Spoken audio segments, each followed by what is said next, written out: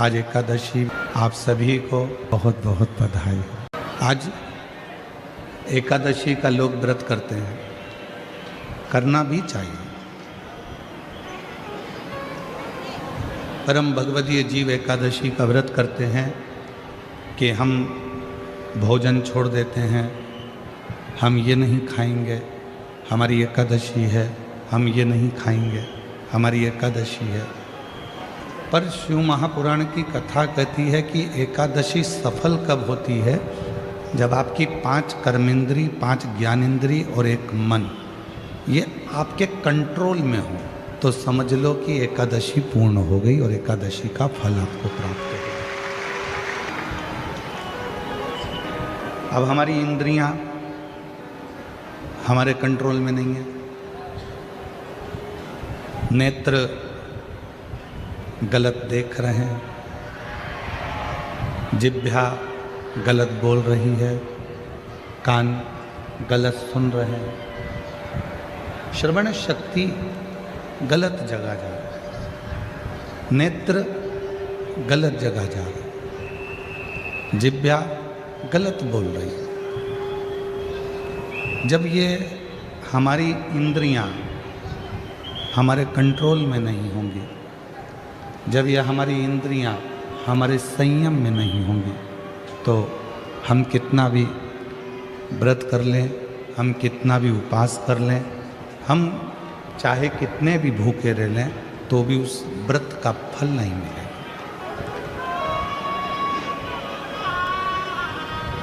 व्रत का फल कब मिलता है? जब हमारी इंद्रियां हमारे काबू में हो। कि नेत्र दिए रे तूने दाता बन के, नेत्र दिए रे तूने दाता बन के, और कभी नहीं दरस कियो, दयालु मैंने अवगुण बहुत कियो, अवगुण बहुत कियो, दयालु मैंने अवगुण बहुत कियो।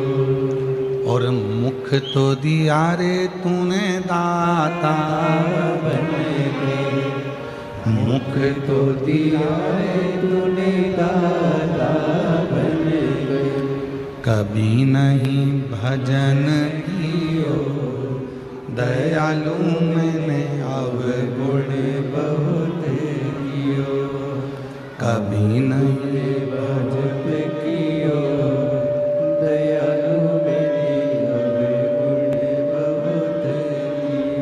अवगुण बहुत कियो, दयालु मैंने अवगुण बहुत कियो। ये संसार सागर में आने के बाद यदि मैंने अपनी इंद्रियों को संयमित नहीं किया, संसार सागर में आने के बाद हमने अगर अपनी इंद्रियों को काबू में नहीं किया, तो फिर ये मानव का देह बेकार है, फिर ये मानव का देह बेकार। अगर हम अपनी इंद्रियों को काबू ना कर पाए, प्रेशर खोलो, प्रेशर नहीं आ रहा, अंदर भी नहीं आ रहा, बाहर भी नहीं आ रहा, अपनी इंद्रियों को काबू करा, तो समझो कि हमने एकादशी का व्रत किया। कई लोग प्रदोष का व्रत करते हैं, हम उनसे कहते हैं कि आपने अपने कितने दोषों को समाप्त कर दिया। प्रदोष का व्रत कब सफल है? जब आप अपने दोषों को समाप्त करो। मैं गुस्सा नहीं करूँगा, गलत व्यसन नहीं करूँगा, गलत बात नहीं बोलूँगा, गलत चीज़ नहीं खाऊँगा, अपने दोषों को समाप्त करो। और जब हम अपने दोषों को समाप्त करते हैं, जब हम अपने दोषों को बिल्कुल शून्य पर लाकर छोड़ देते हैं, तो समझो कि हमारा प्रदोष का व्रत सफल हुआ। तब समझें कि हमने प्रदोष का व्रत किया। हमारे भीतर के दोष समाप्त नहीं हो रहा है, और हम सोचें कि व्रत कर लें उससे भगवान राजी हो जाएगा, नहीं हो सकता। बोल बम का नारा है सारी समस्या का हल। श्री शिवाय श्री शिवाय। अपने भीतर के दोष को जिस दिन हमने समाप्त किया उस दिन परमात्मा हमको मिले।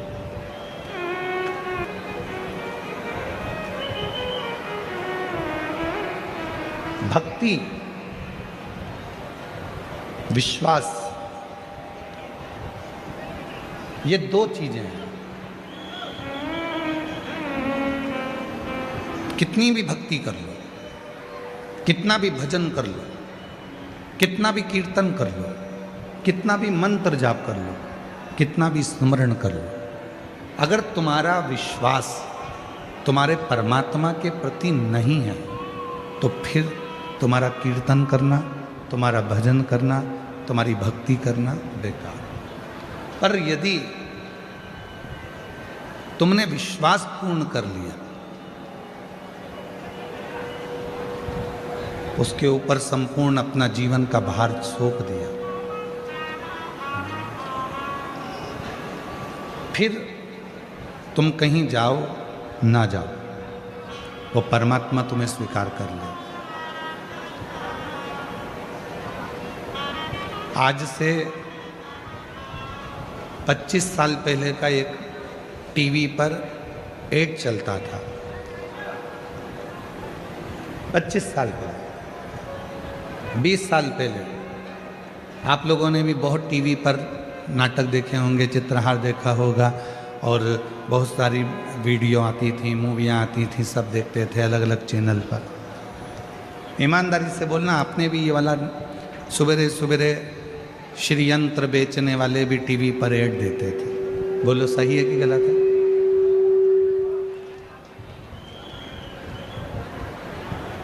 फिर कुबेर यंत्र बेचने वालों ने भी कहा कि हम इस यंत्र को बेचें। फिर हनुमान जी का यंत्र भी बेचने वाले, हम हनुमान जी का यंत्र बेचें। पहले टीवी पर बहुत सारे यंत्र बिकते थे, अलग अलग यंत्र बताए जाते थे। वास्तु शांति का यंत्र है, कुबेर का यंत्र है, लक्ष्मी का यंत्र है, ग्रह दोष निवारण यंत्र है, सारे यंत्र बिकते थे। और उसको लेने के लिए किसी दुकान पर नहीं जाना पड़ता था, आपके यहाँ ऑनलाइन वो यंत्र घर पर आ जाते थे। उसको लेने नहीं जाना है। आपने टीवी पर ऐड देखा, मोबाइल पर, फोन पर बात करी, हमको ये यंत्र चाहिए, और वो यंत्र तुम्हारे यहाँ आ जाता है।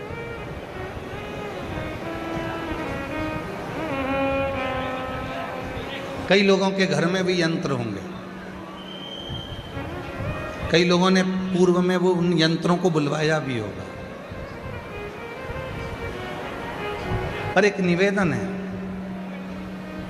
घर में श्री यंत्र रखो, घर में कुबेर यंत्र रखो, घर में ग्रह दोष निवारण यंत्र रखो, घर में वास्तु दोष निवारण यंत्र रखो, घर में तुम चाहो जितने यंत्र रखो।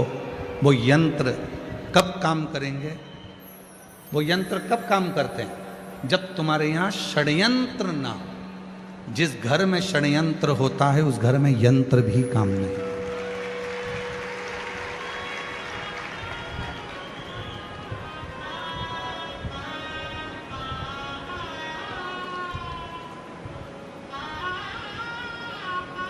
इतना षड्यंत्र घर के अंदर चलता है, कोई ये भड़काएगा, कोई वो भड़काएगा, कोई कुछ कहकर जाएगा, कोई कुछ कहकर जाएगा, कोई कुछ बोल कर जाएगा। भाई भाई में षड्यंत्र चल रहा है, बहन भाई में षड्यंत्र चल रहा है, बहू सास में षड्यंत्र चल रहा है, देवरानी जेठानी में षड्यंत्र चल रहा है, पड़ोसी अड़ोसी धड़ोसी सब में षड्यंत्र चल रहा है। अब ईमानदारी से बोलो, इतने षड्यंत्र यदि घर में इतने षड्यंत्र चलेंगे तो कोई यंत्र तुम्हारे यहाँ काम करेगा? अरे बोलो तो जम के, नहीं कर सकते। षड्यंत्र घर में चलना बंद हो जाए, बहू सास का षड्यंत्र चलना बंद हो जाए, ननंद भाभी का षड्यंत्र चलना बंद हो जाए, बेटी माँ का षड्यंत्र चलना बंद हो जाए, बाप बेटे का षड्यंत्र चलना बंद हो जाए, भाई भाई का षड्यंत्र चलना बंद हो जाए, रिश्तेदारों का एक दूसरे के प्रति षड्यंत्र चलना बंद हो जाए। जो ये षड्यंत्र चलता है तो कोई यंत्र भी काम नहीं करता। यंत्र कब काम करेगा? जब आप षड्यंत्र से दूर हो।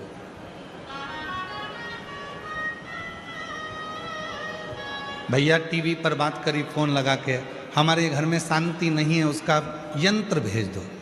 उसने ग्रह शांति का यंत्र भेजा, पर ग्रह शांति का यंत्र काम ही नहीं कर रहा, क्योंकि षड्यंत्र इतना ज्यादा हो रहा है। उधर से फोन आता है वो अपनी माँ को भड़का देते हैं, उधर से फोन आता है वो अपनी सास को भड़का देते हैं, उधर से फोन आता है वो अपनी बहू को भड़का देते हैं, उधर से फोन आता है वो अपनी बेटी को भड़का देते हैं। षड्यंत्र इतना चल रहा है कि ग्रह शांति यंत्र भी काम नहीं करता।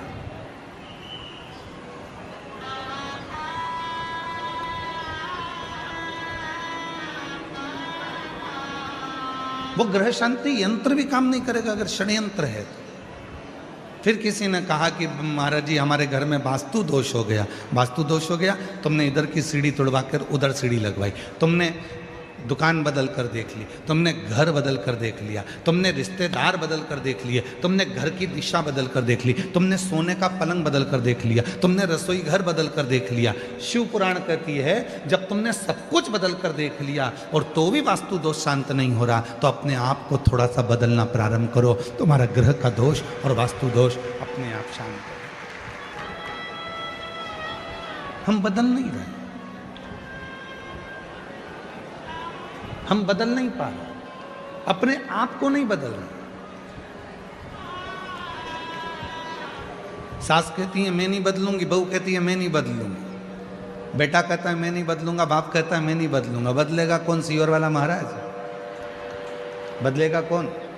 बदलना तुमको पड़ेगा अपने घर को सही करने के लिए, श्रेष्ठ करने के लिए। अपने घर का सुख देखना चाहते हो तो अपने आप को बदलो, अपने आप। चंद्रमौली, चंद्रशेखर, चंद्रेश्वर, चंद्रशेखर सीखो। चंद्रशेखर शिव महापुराण की कथा से थोड़ा सा सीखिए कि चंद्रदेव सबको बदलना चाहते हैं। चंद्रदेव कहते हैं मेरी जो 27 पत्नियां हैं वो मेरे अनुकूल चले, और चंद्रदेव की 26 पत्नियां कह रही हैं कि आप हमारे अनुकूल तो चलो थोड़ा सा। दूसरे को झुकाने से पहले अपने आप को झुकना पड़ेगा।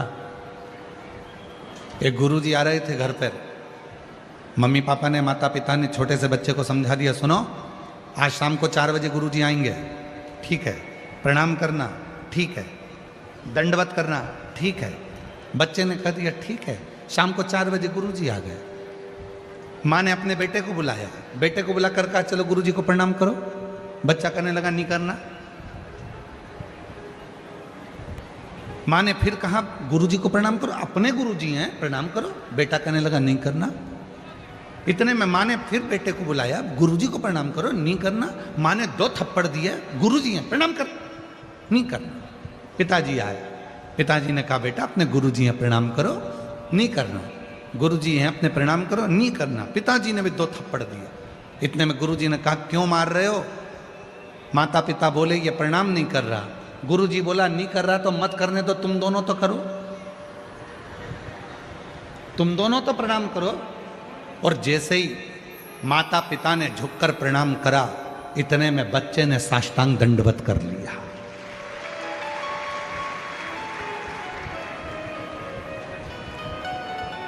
हम सुधरेंगे, युग सुधरेगा। हम बदलेंगे, जम के बोलो, जम के, युग बदलेगा। गायत्री परिवार वाले कहते हैं हम सुधरेंगे, युग सुधरेगा। हम बदलेंगे, युग बदलेगा। कब बदलेगा? जब हम बदलेंगे। कब सुधरेगा? जब हम सुधरेंगे। और हम क्या कर रहे हैं? बहू को सुधारने का प्रयास कर रहे हैं। हम क्या कर रहे हैं? सास को सुधारने का प्रयास कर रहे हैं। हम क्या कर रहे हैं? बेटे को सुधारने का प्रयास कर रहे हैं। हम क्या कर रहे हैं? बाप को सुधारने का प्रयास कर रहे हैं। हम क्या कर रहे हैं? भाई को सुधारने का प्रयास कर रहे हैं। हम क्या कर रहे हैं? बहन को सुधारने का प्रयास कर रहे हैं। सबको सुधारने का प्रयास करा, पहले अपने आप को सुधारा।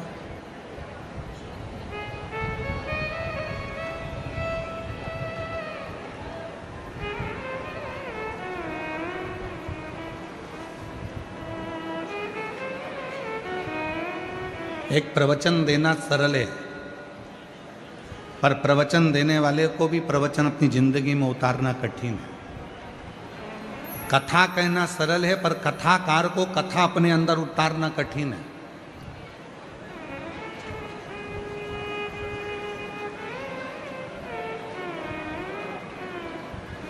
आज के ज़माने में ढेर सारे कथाकार मिल जाएंगे, आपको कथा भी कहते हैं, पर वो कथा अपने जीवन में उतारते कितनी है? कितना उतारते?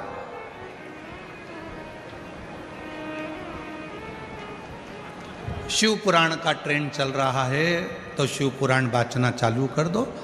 श्रीमद् भागवत का ट्रेंड चले तो श्रीमद् भागवत वाचना प्रारंभ कर दो। रामचरितमानस का ट्रेंड चले तो रामचरितमानस वाचना प्रारंभ कर दो। नहीं भाई, शिव पुराण, राम कथा, श्रीमद् भागवत, गीता, ये सब पुराणे, जितने भी शास्त्र हैं, शिव पुराण कहती है जो भी पुराण बाचो आप दूसरों को बाच कर सुनाओ, उससे पहले उस पुराण का आधे से ज़्यादा अंश अपनी जिंदगी में उतारो, तब शिव पुराण सुनाओ, तब श्रीमद् भागवत कथा सुनाओ, तब रामचरितमानस सुनाओ। अपने आप को सवारो थोड़ा सा।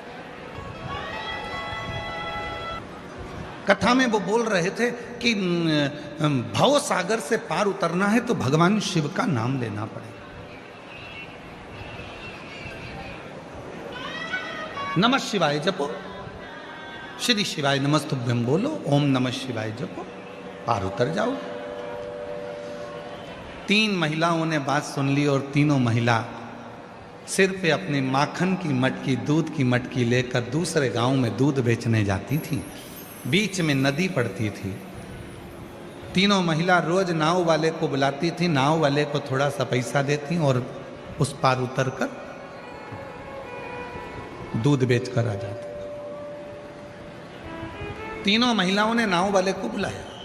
इतने में एक महिला ने कहा कि अभी गुरुजी के मुख से सुना था, भव सागर से पार उतरना है तो भगवान का नाम लो। जब भगवान का नाम लेकर भव सागर से पार उतर सकते हैं तो फिर ये छोटी सी नदी है, नाव से क्या पार करना? इसलिए नाव वाले से बोल दो नाव वापिस ले जाए। आज गुरु जी के कहने से अपन जब भव सागर से पार उतर सकते हैं नाम लेकर, तो फिर इससे भी पार उतर जाएंगे। तीनों महिलाओं ने अपने अपने मटके सिर पर ले लिए और उन्होंने हाथ जोड़कर नमः शिवाय, नमः शिवाय, नमः शिवाय, नमः शिवाय जपती जपती पानी में चली गई। पानी में चलते चलते चलते चलते नमः शिवाय बोलते बोलते बोलते बोलते नदी पार कर ली। नदी पार उतर गई। तीनों ने कहा गजब के गुरुजी हैं, उन्होंने कहा था कि भगवान का नाम लो भवसागर पार उतर जाओगे। अपना तो 1 रुपया नहीं लगा और अपन नदी भी पार उतर गए। अब रोज वो वैसे ही जाना आना करते। एक दिन उन्होंने गुरुजी से कहा, गुरुजी कल कथा समापन होने वाली है, आप हमारे घर भोजन करने चलना। गुरुजी ने कहा ठीक है चल चलेंगे। महिलाओं ने, तीनों ने कथा सुनी, गुरुजी को साथ लिया, तीनों नदी पर पहुंची और नदी पर जाकर तीनों ने गुरुजी से कहा चलो। गुरुजी बोले नाव तो बुलाओ। महिला बोली नहीं नहीं, आपने कहा था भव सागर पार उतरना है तो भगवान का नाम लेना पड़ेगा। जिस दिन से हमने सुना था उस दिन से हमने भगवान का नाम लिया और नदी पैदल चलकर पार उतरते हैं। गुरुजी ने कहा पागल हो गई हो, मूर्ख हो क्या, डूब जाओगी, ऐसा नहीं हो सकता। महिला कहने लगी हम तो चल रहे हैं, तुम तो कथा भाजते हो, तुमको तो विश्वास होना चाहिए, चलो हमारे साथ। और जो महिलाएं नमः शिवाय बोलती बोलती चली, गुरुजी को भी कहा चलो। गुरुजी को जो साथ में लिया, महिलाएं तो पार उतर गई, गुरुजी डुबक डुबक डुबक डुबक पानी में डूबने लगे। महिलाओं ने उनका हाथ पकड़ा, खींचा और लेकर पार उतर गई। गुरुजी ने महिलाओं के चरण पकड़ लिए कि तुमने मेरी वाणी पर, मेरे पुराण पर, मेरी बात पर भरोसा करा इसलिए तुम पार उतर जाती हो, और मैं बाँचता हूँ तो भी भरोसा नहीं कर पाया इसलिए डूब जाता, इसलिए डूब। एक कथाकार का सबसे बड़ा नियम होना चाहिए, जितनी कथा वो व्यासपीठ से कहते हैं उतनी कथा को अपने ऊपर भी अमल करें। जब अपने ऊपर अमल करेंगे और फिर दूसरे को कहेंगे तो वो कथा असर करती है, वो कथा असर। कथा कब असर करेगी? जब वो अपने ऊपर भी धारण करे, अपने ऊपर। कई लोग कहते हैं वो सीहोर वाला बाबा कथा कहता है, इतने सारे पत्र इकट्ठे होते हैं, लोग कथा सुनने आते हैं, पत्र भी लेकर आते हैं, सबकी मनोकामना पूरी हो जाती है। ऐसा क्या है शिव पुराण की कथा में? हम कहते हैं कथा वाचने से पहले अपने ऊपर अमल करो। जितनी बातें शिव महापुराण में कही जाती है इस व्यासपीठ से, उतनी हमारे ऊपर भी पूरी अमल करते हैं, तब आपको व्यासपीठ पर आकर कहते हैं, तब स्वयं अमल करो।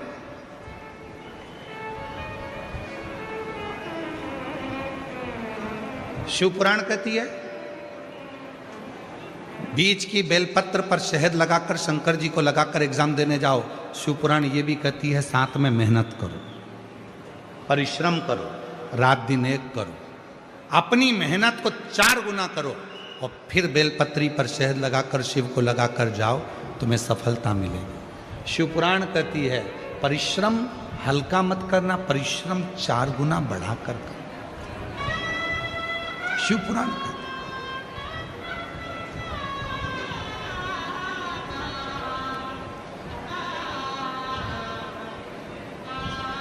मेहनत करी आप लोगों ने यहाँ आने में, पार्किंग में गाड़ी रोक दी, सिर पर बैग रख लिया, लेकर चल दिए पैदल पैदल पैदल पैदल।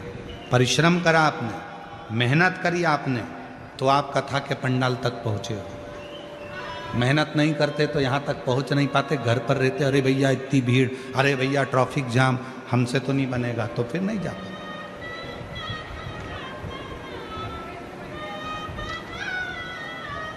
वैष्णो देवी कौन कौन गया है? सब गए? रखो। सप्तशृंगी माता के मंदिर कौन कौन गया है? सब गए? रखो। जब माता सप्तशृंगी के मंदिर पर जाते हैं, सीढ़ियाँ चढ़ते हैं, धीरे धीरे बढ़ते हैं, तो लोग चिल्ला कर पूछते हैं लोगों से, भैया कितना है? चलते जाओ। वैष्णो देवी जाने वालों से पूछते हैं, जब थक जाते हैं, क्यों भैया मंदिर कितनी दूर है? चलते जाओ। फिर पीछे से आवाज आती है, चलते जाओ, मत घबराओ, चलते जाओ, मत घबराओ, चलते जाओ, मत घबराओ। हमारे सनातन धर्म के जितने मंदिर हैं, देवालय हैं, शिवालय हैं, माँ आद्यशक्ति दुर्गा भवानी के जितने स्थान हैं, चाहे वैष्णो देवी हो, चाहे मैहर हो, चाहे सलकनपुर हो, देवास की टेकरी हो, चाहे सप्तशृंगी माता हो, चाहे विंध्याचल की माता हो, जितनी भी माता के मंदिर हैं, हम चढ़ते जाते हैं, ऊपर की ओर बढ़ते जाते हैं और कहते जाते हैं, भैया कितनी दूर है? चलते जाओ, मत घबराओ, चलते जाओ, मत घबराओ, चलते जाओ, मत घबराओ। क्यों? वो मंदिर हमें प्रेरणा देते हैं कि मंजिल तक पहुंचना है, बैठ मत जाना, चलते जाना, घबराना नहीं, आगे बढ़ते जाना, तुम्हें मंदिर का दर्शन हो जाएगा, तुम्हें माँ का दर्शन हो जाएगा, सप्तशृंगी माता तुम्हें दर्शन दे देगी, तुम चलो तो।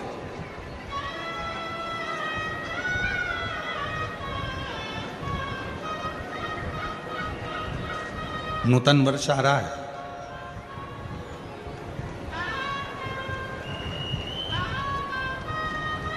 चैत्र से हमारे सनातन धर्म का हिंदू पारंपरिक नूतन वर्ष प्रारंभ हो रहा है। आप सभी को, देशवासियों को,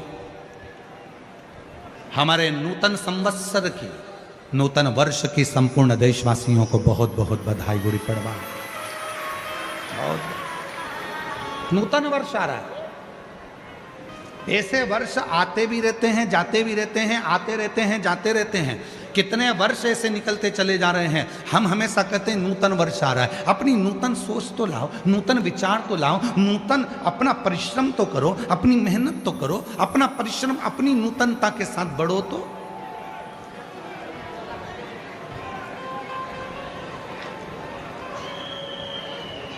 चलते जाओ मत घबराओ, चलते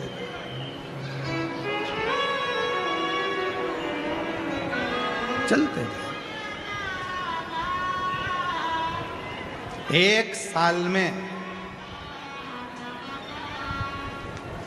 कई मेरी जीजियां बैठी हैं और कई मेरे जीजा बैठे हैं और कई मेरी बेटियां बैठी हैं, कई मेरे बेटा बैठे हैं, कई बुजुर्ग माँ बाप बैठे हैं। कहने में पीछे नहीं हटूंगा, भले आपको बुरा लग जाए लग जाए। एक साल में कम से कम 50 दोस्त बनाते हो आप लोग। हर साल 50 दोस्त बनाते हो। शिव पुराण कहती है 50 दोस्त बनाना सरल है, पर एक दोस्त से 50 साल रिश्ता निभाना कठिन है। हर साल 50 दोस्त बनाते हो, पर शिव पुराण की कथा कहती है कि 50 दोस्त बनाना सरल है, पर एक दोस्त से 50 साल तक रिश्ता निभाना, 50 साल तक दोस्ती निभाना कठिन है, बहुत कठिन।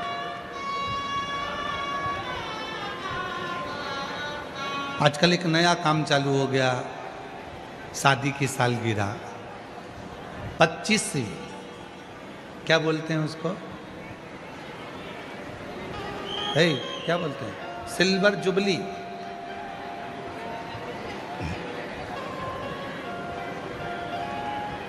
और फिर 50वीं गोल्डन जुबली।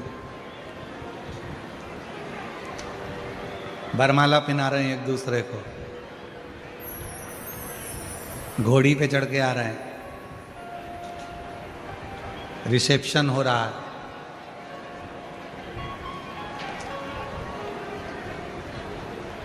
हमारे एक यजमान है सीहोर में, श्री राजेंद्र जी अग्रवाल, ब्यावरा वाले, उनकी शादी की सालगिरह थी 50 में।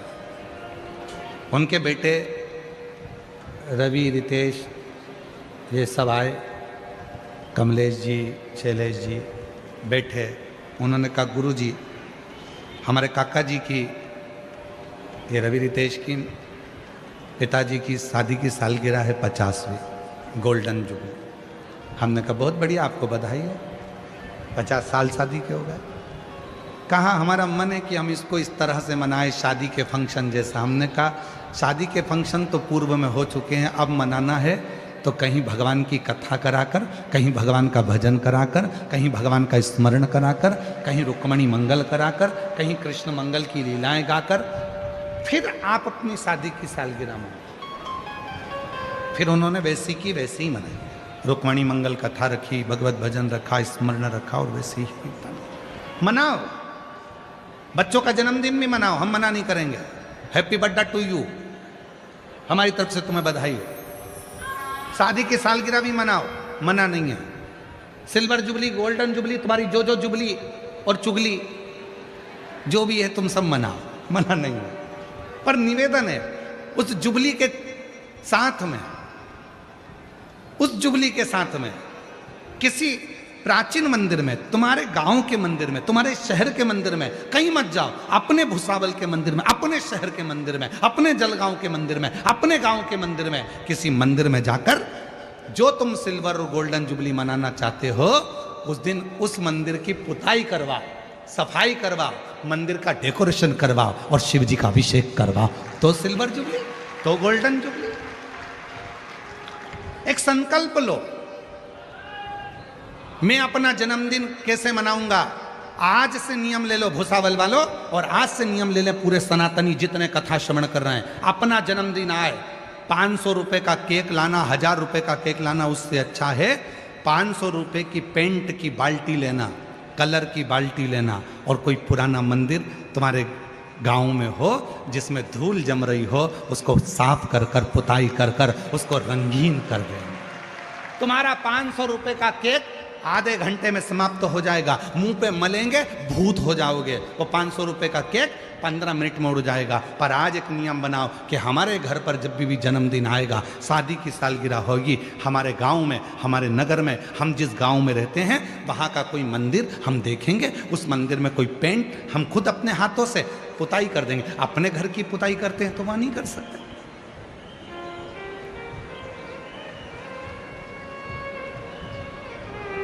सफाई का भी एक दृष्टांत, एक कथा है बहुत अच्छी, देखो।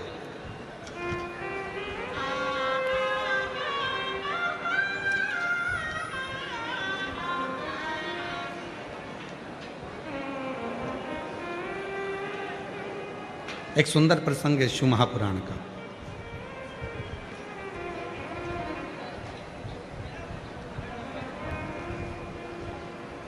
लिंग पुराण में ये वर्णन आता है, बड़े सुंदर प्रसंग को सुनिए। एक गांव में रहने वाला एक व्यक्ति था, लोग उसको प्रेम से शंभू कहते थे। बहुत भोला था, इतना भोला कोई बता दे ये काम कर लो तो वो काम कर लेता, जो बोलो वो कर लेता। बूढ़ी माँ थी, एक बहन थी,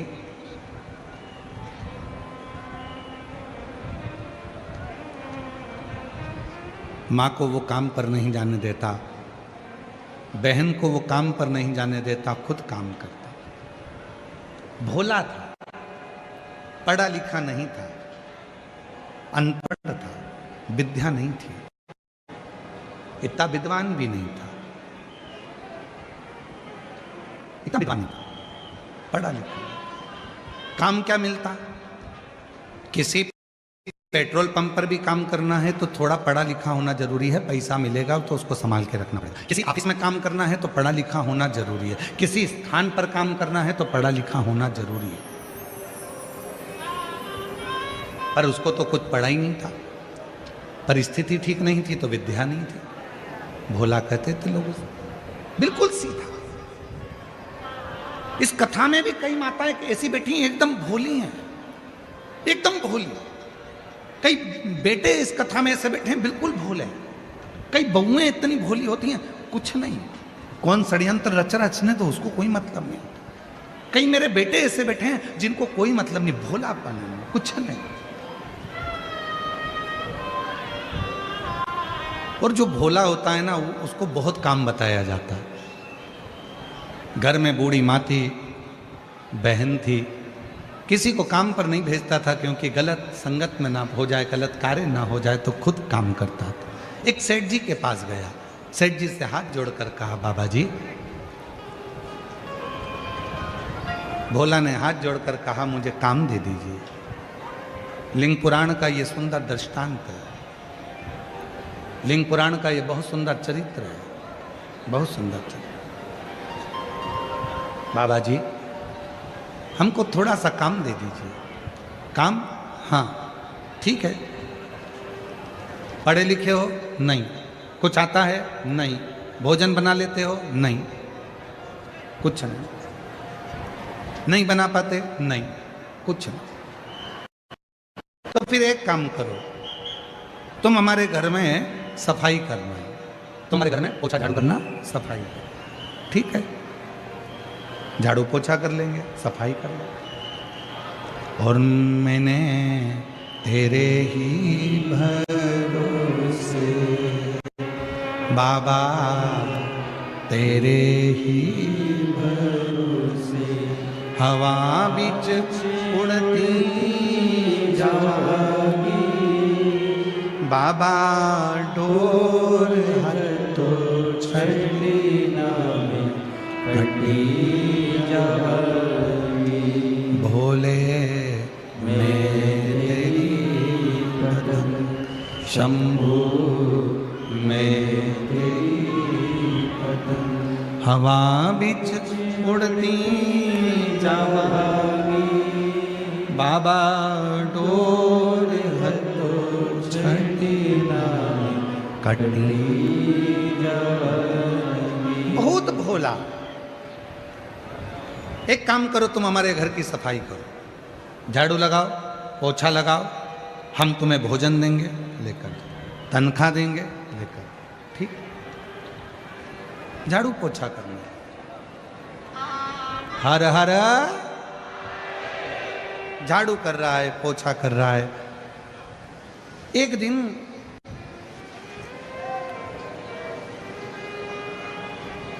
शिव मंदिर के सामने से निकल कर जा रहा था।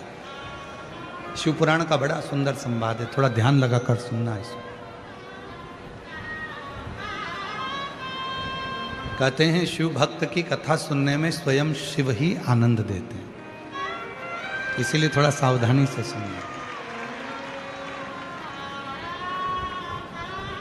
शिव मंदिर के सामने से निकलकर जा रहा था।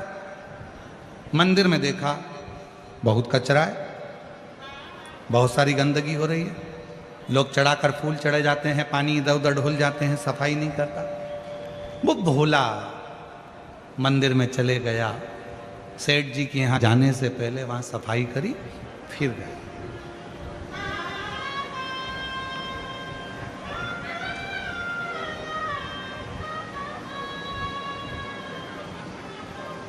और सफाई का फल बहुत मिलता है। शिव मंदिर में दीप जलाने का, शिव मंदिर में सफाई करने का, शिव मंदिर में बुआरी लगाने का, झाड़ू लगाने का, शिव मंदिर में जल भर कर रखने का, शिव मंदिर में 1 लोटा जल चढ़ाने का, शिव मंदिर में शंकर जी की चढ़ी हुई बेलपत्र उठाकर धोकर वापिस शिव को चढ़ाने का बहुत फल मिलता है। शंभू बहुत सरल, उसने देखा कि मंदिर में बहुत कचरा है, मंदिर में बहुत सारा थोड़ा गंदा हो रहा है। उसने सफाई करी, गया फिर अपने सेठ जी के यहाँ सफाई करने। रोज मंदिर जाता, मंदिर में सफाई करता, फिर सेठ जी के यहाँ, मंदिर में जाता, फिर सेठ जी के यहाँ। अब तो एक समय ऐसा आ गया कि मंदिर में समय ज़्यादा लगने लगा और सेठ जी के यहाँ समय कम दिखने लगा। क्रोध आ गया सेठ जी को, गुस्से में लाल हो गया सेठ।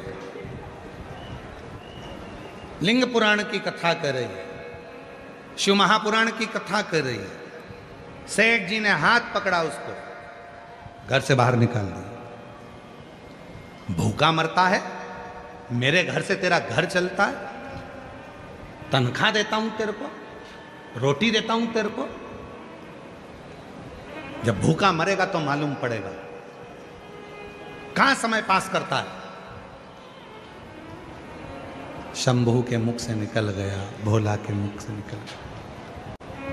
सेठ जी, जब आपके दरवाजे पर आता हूं उसके पहले मंदिर पड़ता है शिव जी का, थोड़ा कचरा दिखता है तो सुबह सुबह मैं वहां पर झाड़ू पोछा कर आ जाता। झाड़ू पोछा तो मैं आपके यहाँ भी करता हूं तो वहां भी कर देता।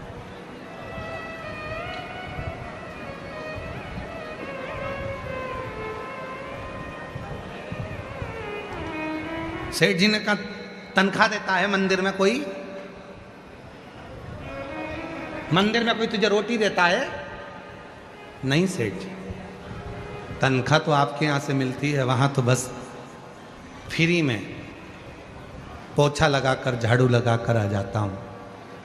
जब वहाँ कोई मंदिर में तनख्वाह नहीं देता, तुझे कुछ नहीं देता, तो झाड़ू पोछा क्यों करता है? कल से मंदिर गया तो यहाँ मत आना, काम पूरा कर। उसने हाथ जोड़कर कहा सेठ जी ठीक है। दूसरा दिन फिर हुआ, उसका मन नहीं माना, मंदिर में थोड़ा और जल्दी उठकर चले गए।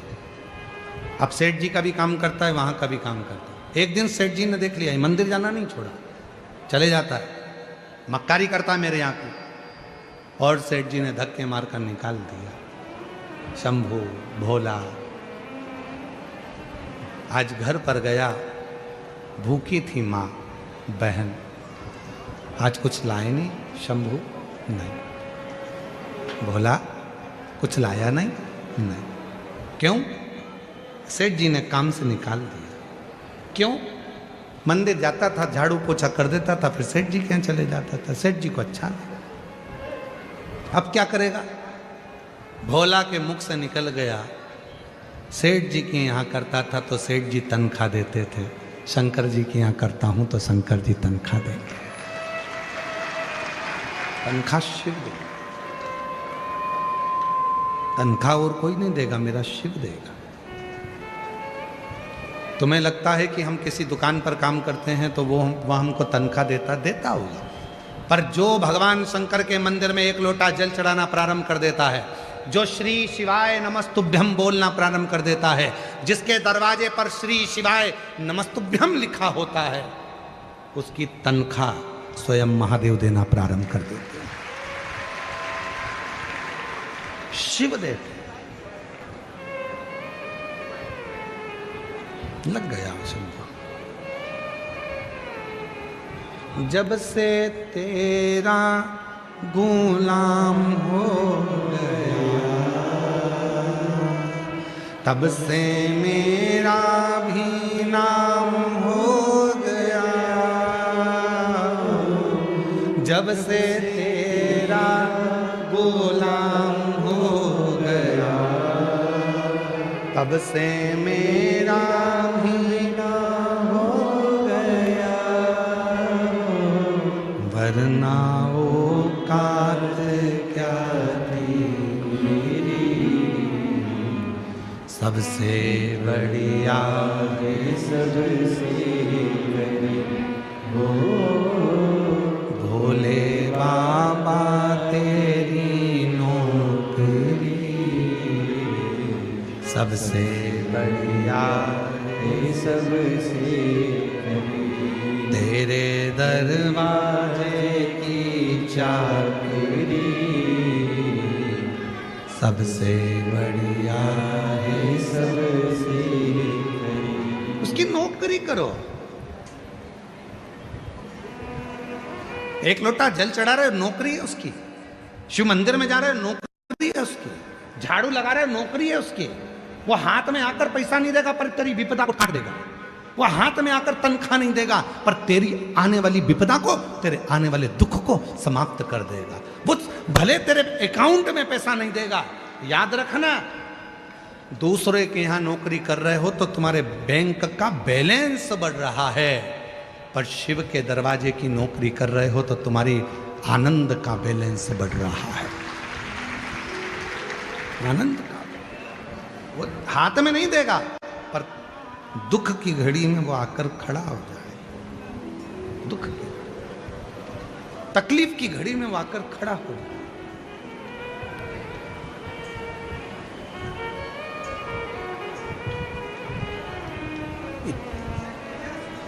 और वो तकलीफ की घड़ी में जब वो आता है, दुख की घड़ी में जब वो आता है, ये इतने जो पत्र हैं, आप पत्रों का ढेर देखोगे तो इतना, हर कथा में पत्रों का ढेर लगता। आप देखो पत्रों का ढेर, देखिए ये तो आज के पत्र हैं इसलिए हम इसको इधर रख लेते।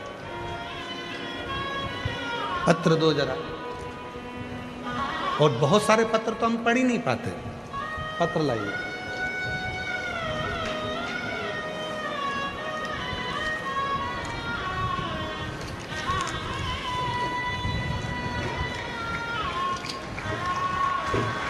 पन्नी में से निकालना था, चलो ऐसे ही रख दो, निकाल लो उसको, अच्छा नहीं लगता।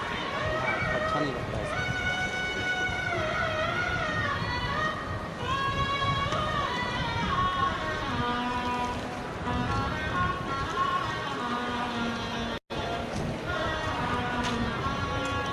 तो एक जन ही खड़े पकड़ के, एक जन यहीं खड़े पकड़ के।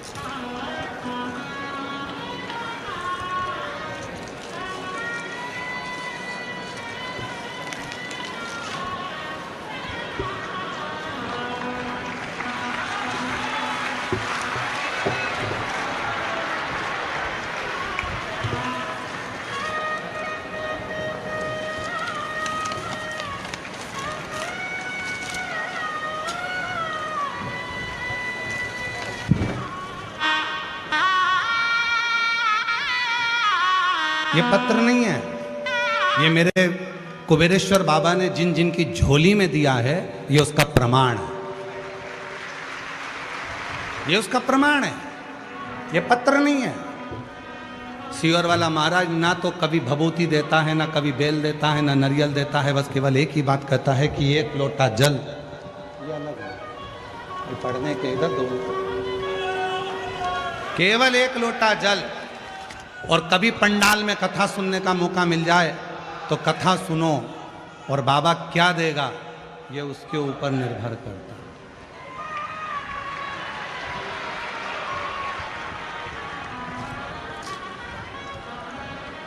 ये पत्र है, और ये पत्र नहीं, ये विश्वास है शिव का, शिव भक्तों का। और आज भी इस भुसावल की पवित्र धरा पर कहकर जा रहे हैं, अगर दिल से कथा सुनी है तो 3 महीने में पत्र व्यासपीठ पर तुम्हारा भी आएगा। ये पत्र है।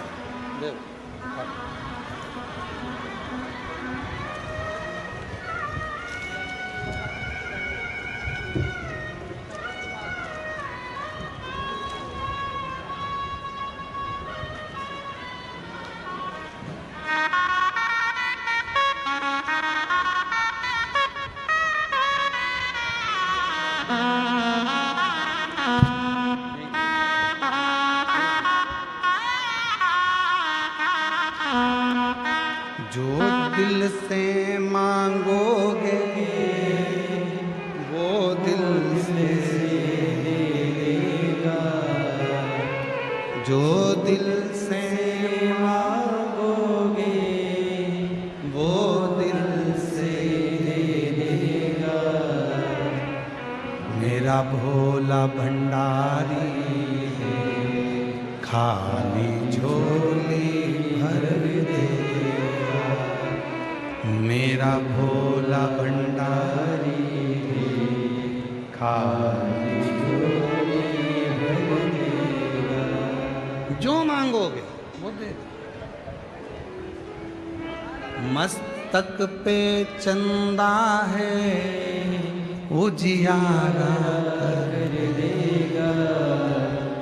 मस्तक पे चंदा है उजियारा कर देगा। मेरा भोला भंडारी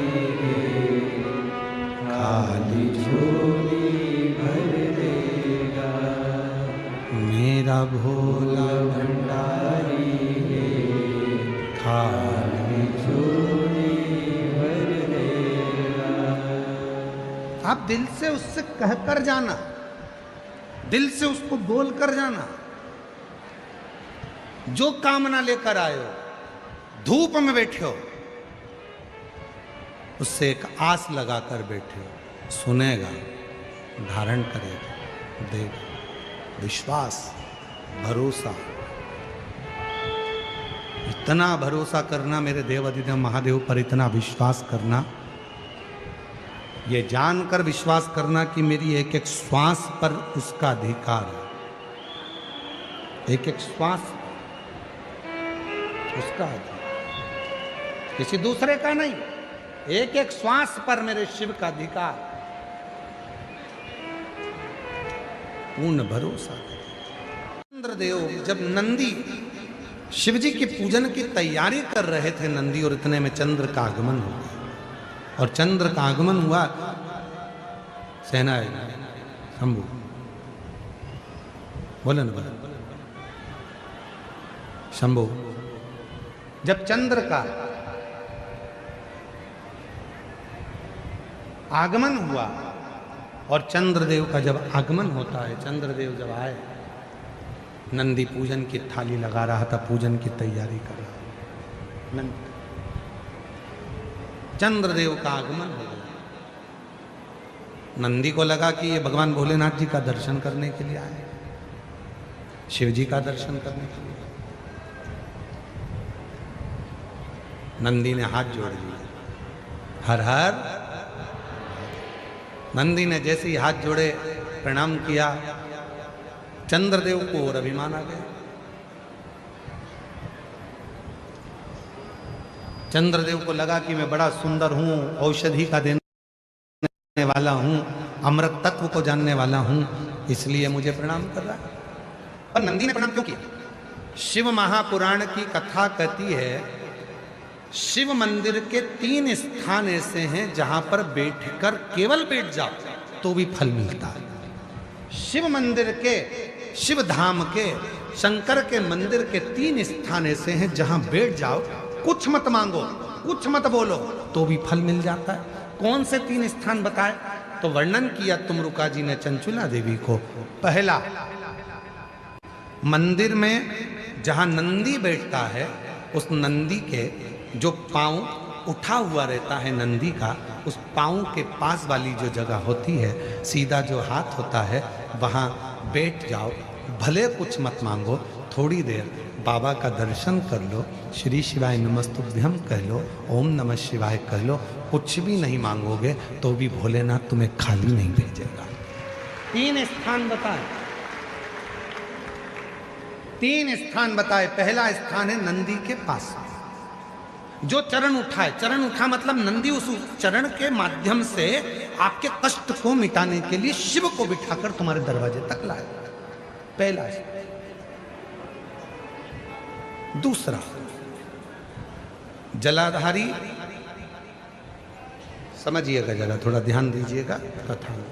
जैसे ये शिवलिंग है, ये जलाधारी है गोल, ये पानी जहां से बहकर जाता है, जहां से भी बहकर जा रहा है, आपको उससे मतलब नहीं, बस जलाधारी जो पानी बहकर जा रहा है, इस जलाधारी के ठीक विपरीत दिशा में, उत्तर में पानी बह रहा है तो दक्षिण में आप देखिए, ये जलाधारी जिस साइड बह रही है उसी ओर मुख कर कर आपको इधर बैठना है, इधर मुख कर कर शिवलिंग की ओर मुख कर कर। ये दूसरा स्थान बताया।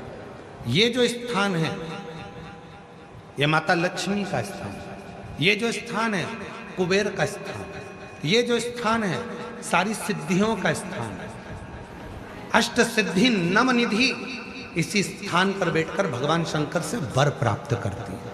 ये वो स्थान है जहां बैठकर आप कोई मंत्र भी नहीं पढ़ोगे, कुछ बोलोगे भी नहीं, बैठने पर ही आपको फल की प्राप्ति होना प्रारंभ हो जाती है। ये दूसरा स्थान स्वयं तुमरुका जी ने चंचुला देवी को कहा, ये 2 स्थान। और शिव मंदिर का तीसरा स्थान, भगवान शंकर के मंदिर का तृतीय स्थान कहा गया। तीसरा स्थान, जब हम मंदिर से बाहर निकलें और उस मंदिर से या ओटला हो या कोई मंदिर है कोई, इसीलिए हमने देखा है कुबेरेश्वर धाम पर लोग आते हैं तो कुबेरेश्वर धाम का जो गेट होता है ना, अब तो कुबेरेश्वर धाम का 1 2 3 4 5 6 गेट हैं अब कुबेरेश्वर धाम पर।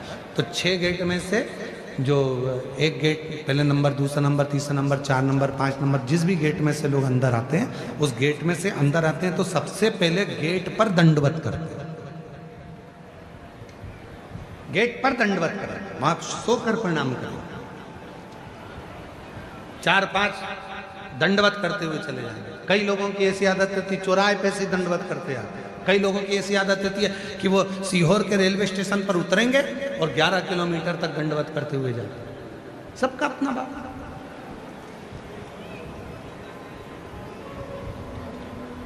और हम आप लोगों को सुनकर खुशी होगी कि कुबेरेश्वर धाम के प्रांगण में, कुबेरेश्वर धाम के प्रांगण में 4 नंबर और 5 नंबर गेट से आप कुबेरेश्वर धाम के मंदिर के अंदर ही अपनी गाड़ी खड़ी कर सकते हैं निःशुल्क। पार्किंग का कोई पैसा आपको देना नहीं, मंदिर के अंदर ही गाड़ी जाती है। बस आपको 4 नंबर 5 नंबर गेट पे पहुंचना है और वहां से मंदिर को अंदर गाड़ी को प्रवेश करो।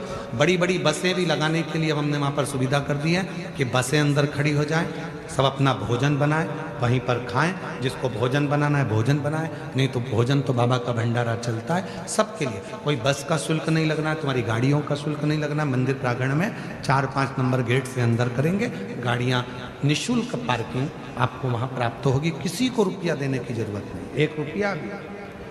आराम से आप लोग वहाँ गाड़ी खड़ी करें, रुद्राक्ष लें, खाओ पियो, बाबा के घर आयो, अपने पिता के घर आयो, भजन, कोई नहीं।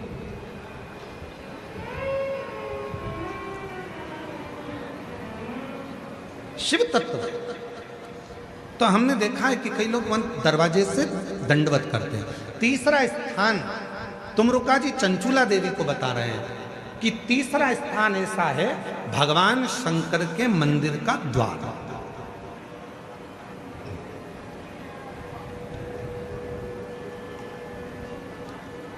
शिव मंदिर का द्वार।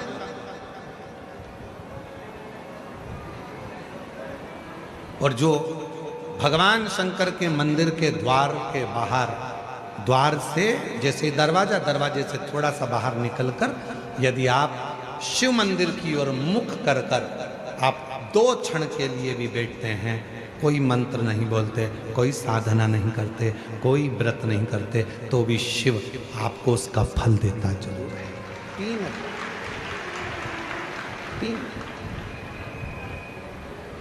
कौन कौन सी 3 जगहें जम के बोलेंगे सभी। पहले नंबर का नंदी का जहाँ चरण उठा है उसके पास।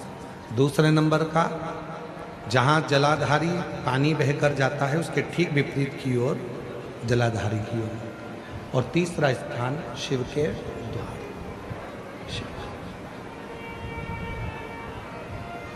फल देता।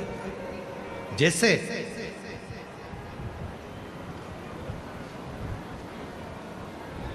एक नारी के गर्भ में अगर कोई गांठ पड़ जाती है, चेस्ट में गांठ आ जाती है, कोई पुरुष कोई नारी को अगर शरीर में कहीं पर भी गठान हो जाती है, कहीं पर भी गांठ पड़ गई, डॉक्टर को दिखाने जा रहे हो और मन में भ्रम उत्पन्न हो रहा है कोई बीमारी ना लग गई हो, शरीर में कहीं पर भी गांठ हो जाए, कहीं पर आप प्रयास करो। शिव मंदिर के जब पूर्णिमा का दिन हो, प्रदोष का दिन हो, सोमवार की अष्टमी का दिन हो, सोमवार का दिन हो, चंद्रमा की रोशनी जब शिखर पर पड़ रही है और उस शिखर की छाया जहां पड़ रही है उसी जगह पर बैठकर एक बेलपत्र शिव पर चढ़ी हुई चबा चबा कर रात्रि के समय उसको खाना प्रारंभ कर दो।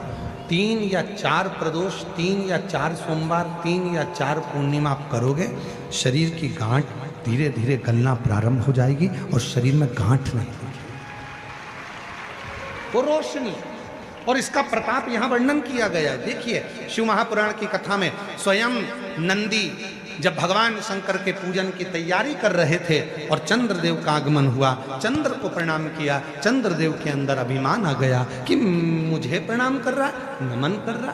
किसी किसी को लगता है प्रणाम करो तो उसको लगता है कि मुझे प्रणाम कर रहे हैं, मुझे जगह दी गई है, मुझे स्थान दिया गया है। ना, प्रणाम किया बड़े के नाते, सम्मान के नाते।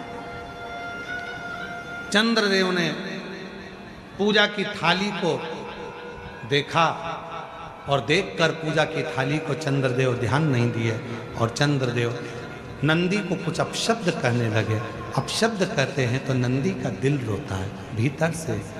शिव भक्त का हृदय यदि रोता है तो उसका दंड व्यक्ति को भोगना ही पड़ता है। अब चंद्रदेव नंदी को अपशब्द कहकर चले गए, पूजा की थाली को लांग कर चले गए। अब चंद्र की स्थिति जो गई, चंद्रदेव अपने ससुराल में गए और दक्ष प्रजापति ने चंद्र को काया का रोग दे दिया। काया का रोग, शरीर में एक ऐसा रोग लग गया काया का कि वो छूटता नहीं, छूटता।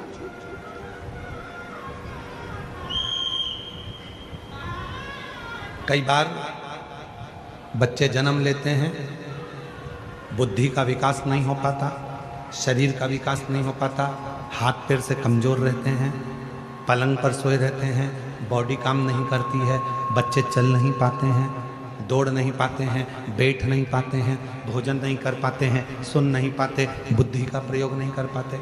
उनके लिए ये चंद्रशेखर शिव महापुराण की कथा कर रही है। डॉक्टर का इलाज करवाओ, डॉक्टर शिव का रूप है, वो जैसा बताएं वैसा भी करो, पर साथ में एक चावल का दाना, एक सफेद दुर्वा, दूबा में ही बगीचे की दुर्वा जो लगती है उस दूब में ही एक सफेद दुर्वा भी लगती है, सफेद दुर्वा, एक चावल का दाना, एक सफेद दुर्वा और एक कनेर का फूल, ये तीनों शिव जी के मंदिर में प्रदोष के समय पर चढ़ाना प्रारंभ करिए। दुर्वा लेकर आ जाओ, चाने का जो चावल का दाना है वो लेकर आ जाओ। चावल के दाने को पीस लो, चावल के दाने को पीस लो और पीस के उसमें दूध का लेपन, थोड़ा सा 2 बूंद दूध का, गाय का दूध मिल जाए तो उसका लेपन कर कर बच्चे के हृदय पर त्रिपुंड उसी चावल के दाने के दूध का लेपन करें। और जो दुर्वा लेकर आए हो उसको पीस कर जो उसको भोजन देते हो उस भोजन में मिलाकर उसको खिलाइए। धीरे धीरे बच्चे का आप देखेंगे कि वो खुद उठने का प्रयास करेगा, हाथ पैर चलने का प्रयास करेगा, बुद्धि काम करना प्रारंभ करेगी और बच्चा एकाग्र चित्त का होता चले जाएगा, विवेक का। कुछ प्रदोष कर देखिए, कुछ और ध्यान रखे प्रैक्टिकल जरूर करें। प्रैक्टिकल का जमाना है, बिना प्रैक्टिकल के काम नहीं चलता। प्रयास आपको करना है। अपने कपड़े की बटन अपने को लगाना है, अपना भोजन अपने को करना है, अपनी खांसी अपने को खांसना है, अपनी छींक अपने को छींकना है, अपना सिर दुखे तो गोली भी अपने को खाना है। तो व्यवस्था भी आपको करना है, कर्म आपको।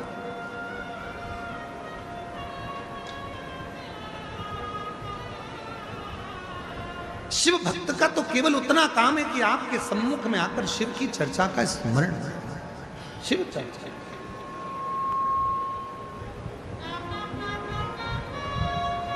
शिव कथा कर, भगवान शंकर का चरित्र कर। दक्ष प्रजापति ने श्राप दे दिया, चंद्र को काया का रोग लग गया। काया का रोग छूटे कैसे, किसके पास जाएं? देव ऋषि नारद ने कहा तुमने नंदी का अपमान किया। भगवान अपने अपमान को सहन कर लेते हैं, पर भगवान भोलेनाथ अपने भक्त के अपमान को कभी सहन नहीं कर पाते हैं, कभी नहीं। शिव अपना अपमान सहन कर लेंगे, पर भगवान भोलेनाथ अपने भक्त का अपमान सहन नहीं कर पाते। इसीलिए आपको शिव महापुराण की कथा में बार बार कहते हैं, भगवान शंकर की कथा नहीं सुनना मत सुनो, पर शंकर की कथा की निंदा मत करो। शिव जी के मंदिर नहीं जाना मत जाओ, पर शंकर की निंदा मत करो। शिव महापुराण में नहीं जाना मत जाओ, पर कोई शंकर का भक्त है, शिव का भजन करने वाला है, शंकर का स्मरण करने वाला है, कोई शिव गुरु है, कोई शंकर को ही गुरु मानकर शिव को ही गुरु के तत्व में जानते हैं, तो उस शिव गुरु की कभी निंदा मत करो, कभी निंदा मत करो। क्यों? क्योंकि शिव अपना अपमान सहन कर लेते हैं, पर अपने शिव गुरु का अपमान शिव कभी सहन नहीं कर पाते हैं। उसकी निंदा आप तने सुनना हो तो सुनो, नहीं सुनना है तो अपना घर बजाओ। कोई नहीं कह रहा तुमसे कि कथा में आ, निंदा मत करो, बुराई मत करो। कोई मंदिर जा रहा है तो उसकी निंदा मत करो। कई लोगों की आदत रहती है, कोई माताएं जल लेकर मंदिर जाती हैं तो उस पर ताना कस देते हैं। क्यों कसना है? एक दिन जिंदगी का ऐसा आएगा कि तुम पर ताना कसा जाएगा। किसी को अपशब्द मत करो। एक उंगली जब हम किसी पर उठाते हैं तो ये 3 उंगली अपनी ओर जाती है कि तू अपने अंदर झांक कर देख कि तू कैसा। क्यों अपमान कर, क्यों अपशब्द कर?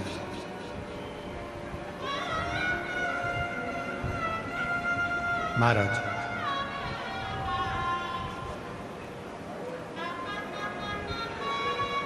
पूरी मनुष्य देह में, पूरे मानव के शरीर में केवल हमारे शब्द, हमारी वाणी 24 घंटे यात्रा करती है। मानव के शरीर में केवल हमारा शब्द, हमारी वाणी ऐसी है जो 24 घंटे यात्रा करती है। शब्द, इसलिए कहते हैं वाणी ऐसी बोलिए जो मन का आपा खोए। 4 ताले में बंद हो जाओ और 4 ताले में बंद होकर भी तुम कुछ बोलोगे तो तुम्हारे शब्द बाहर निकलकर आ ही जाएंगे और लोगों के कानों तक पहुंच जाएंगे। पति पत्नी अपने कमरे में बैठकर भी बात करेंगे तो वो बात अपनी बहू तक पहुंच ही जाएगी, बेटे तक पहुंच ही जाएगी। बहू बेटा अपने कमरे में बैठकर बात करेंगे तो वो बात सास तक पहुंच जाएगी। कोई नहीं है, कमरे की आवाज भी बाहर नहीं जाती है, कोई नहीं सुनता, फिर भी वो शब्द चलते हैं। हमारे मुख से निकले हुए शब्द यात्रा करते हैं। कथा हम यहाँ बाँच रहे हैं भुसावल में, पर यह कथा जिसने नहीं भी सुनी होगी तो भी एक ना एक दिन ये शब्द चलकर किसी के भी माध्यम से पहुँचेंगे, लोगों के कान तक पहुँच ही जाते हैं। शब्द चलते हैं। शब्द यात्रा करते हैं, वाणी यात्रा करती है, शब्द चलते हैं और ये वो यात्रा करते हैं। शब्द यात्रा, वाणी यात्रा करती है। इसलिए निवेदन है, सास से भी निवेदन है, बहू के लिए कोई भी शब्द बोलो वो बहू तक पहुंचेगा एक ना एक दिन। बहू से निवेदन है, तुम सास के लिए कितना भी मायके में जाकर बोल दो, अपनी मम्मी के सामने जाकर बोल दो, फिर भी वो शब्द एक ना एक दिन तेरी सास के सामने जरूर आएगा। वो शब्द घूमता है, आता है और तुम्हारे सामने पहुंचता है। तो क्यों बोले हम आड़ा टेढ़ा, क्यों बोले हम अपशब्द? अरे मत बुरे कर्म कर बंदे वरना पछताएगा, भगवान की आंखों से तू बच नहीं पाएगा, तू बच नहीं पाएगा। अरे ओ अज्ञानी मत कर नादानी। शब्दों को छोड़ने से पहले विचार कर। जब सीहोर में गुरु पूर्णिमा का महोत्सव होता है, साल में एक ही दिन होता है जिस दिन गुरु दीक्षा हम देते हैं, बाकी के पूरे वर्ष गुरु दीक्षा नहीं देते। एक ही दिन होता है गुरु पूर्णिमा का दिन। उसके 7 दिन पहले शिव पुराण की कथा होती है, गुरु पुराण की कथा होती है, शिव गुरु कथा चलती है। जब उसमें गुरु पूर्णिमा के समय पर शिव भक्त सीहोर पहुंचते हैं, कथा श्रवण करते हैं, तो हम उनसे एक ही बात कहते हैं, आप आए हो कथा सुनने के, पर शिव गुरु की बात अपने अंदर उतार कर लेकर जाना कि अपने अंदर की जितनी बुराइयां हैं उसको त्याग कर, कुछ अच्छा ग्रहण कर, कुछ अच्छा लें अपनी जिंदगी। तो कथा में आना सार्थक हुआ। चंद्रदेव को काया का रोग लगा, चंद्रदेव नारद जी के पास गए, नारद जी ने नंदी के पास भेजा। वापिस चंद्रदेव को घूमकर नंदी के पास आना पड़ा और नंदी से प्रार्थना करना पड़ी, मेरा रोग कैसे मिटेगा। नंदी ने कहा, सुन चंद्र, तूने शिव का अपमान भरी सभा में करा था, शिव ने सह लिया, पर शिव भक्त का अपमान कभी शिव सहते नहीं है, इसलिए तुझे ये रोग हुआ है, शिव की साधना कर। नंदी ने पूजन का विधान बता दिया, पूजा का विधान। कई लोग कहते हैं गुरुजी, आप कहते हो कनेर का फूल ऐसे चढ़ाना, आप कहते हो बेलपत्र ऐसे चढ़ाना, आप कहते हो दुर्वा ऐसे चढ़ाना, आप कहते हो चावल का दाना ऐसे चढ़ाना, आखिर क्यों? हम उनसे कहते हैं, देखो गोलियां डॉक्टर लिखता है पर उसको खाने का तरीका भी लिखता है। ये वाली गोली खाली पेट खाना, ये वाली गोली रात को खाना, ये दवाई गर्म पानी के साथ लेना, ये दवाई दूध के साथ लेना। डॉक्टर को मालूम है दवाई अगर वो देता तो पूरी दवाई एक साथ खिला देता, पर नहीं, उसको मालूम है ये दवाई कैसे लेना। उसी तरह वेद व्यास जी ने भी शिव महापुराण में सारा विधान लिखा है, कैसे बेलपत्र कब चढ़ाना है, दुर्वा कैसे चढ़ाना है, चावल का दाना कैसे चढ़ाना है, कैसे भगवान शंकर के मंदिर में कहाँ बैठना है, किस तरह से बैठना है, ये तरीका है, ये तरीका है। और जिस तरीके से आप जिंदगी भर खूब दवाई खा लो, आराम नहीं लगेगा, पर डॉक्टर कहेगा कि इस तरह से खाना, ये सुबह खाना, ये शाम को खाना, ये पानी से खाना, गर्म पानी से खाना, ऐसा करना, योगा करना, प्राणायाम करना, ये सब डॉक्टर बताएगा, उसके विधान से खाओगे तो वो लाभ करेगा, वो विधान लाभ। ऐसे कितनी भी लाते जाओ खाते, कितनी माताएं बैठी हैं, कितने भाई बैठे हैं जिनका सिर दुखता है और मेडिकल पर जाते हैं और दवाई लेकर आ जाते हैं। पेट दुखता है, मेडिकल पर जाते हैं, मेडिकल वाले से कहते हैं भैया दवाई दे दो, पेट दुख रहा है, मेडिकल वाला दवाई दे देता है और तुम खा लेते हो, वो थोड़ी देर का आराम लग जाएगा, फिर तकलीफ होगी। इसलिए मेडिकल पर जाने से पहले डॉक्टर के पास जाओ और डॉक्टर के पास जाकर कहोगे कि ये तकलीफ है, फिर डॉक्टर उसको लिखेगा। तो क्या डॉक्टर तो 3-4 दवाई लिख देता है, मेडिकल वाला एक ही दवाई देता है। डॉक्टर 3-4 दवाई क्यों लिखता है? क्योंकि एक दवाई देगा, उसको मालूम है एसिडिटी होगी, तो उसके साथ दूसरी दवाई भी देगा, एसिडिटी को दबाने के लिए फिर तीसरी दवाई देगा। 3 दवाई इसलिए डॉक्टर ने दी कि वो दवाई लेगा तो साइड इफेक्ट नहीं होगा। पर मेडिकल वाले हो सकता है कि तुमको दवाई दे दें, थोड़ी देर के लिए आराम भी लग जाए और बाद में फिर तबीयत खराब हो जाए। डॉक्टर को दिखाकर फिर मेडिकल पर जाए, फिर मेडिकल पर दवाई लो, फिर वो असर करेगा। चंद्रदेव ने काया के रोग से मुक्त होने के लिए शिव की साधना करी, तब जाकर चंद्र के काया का रोग समाप्त हुआ। मदनासुर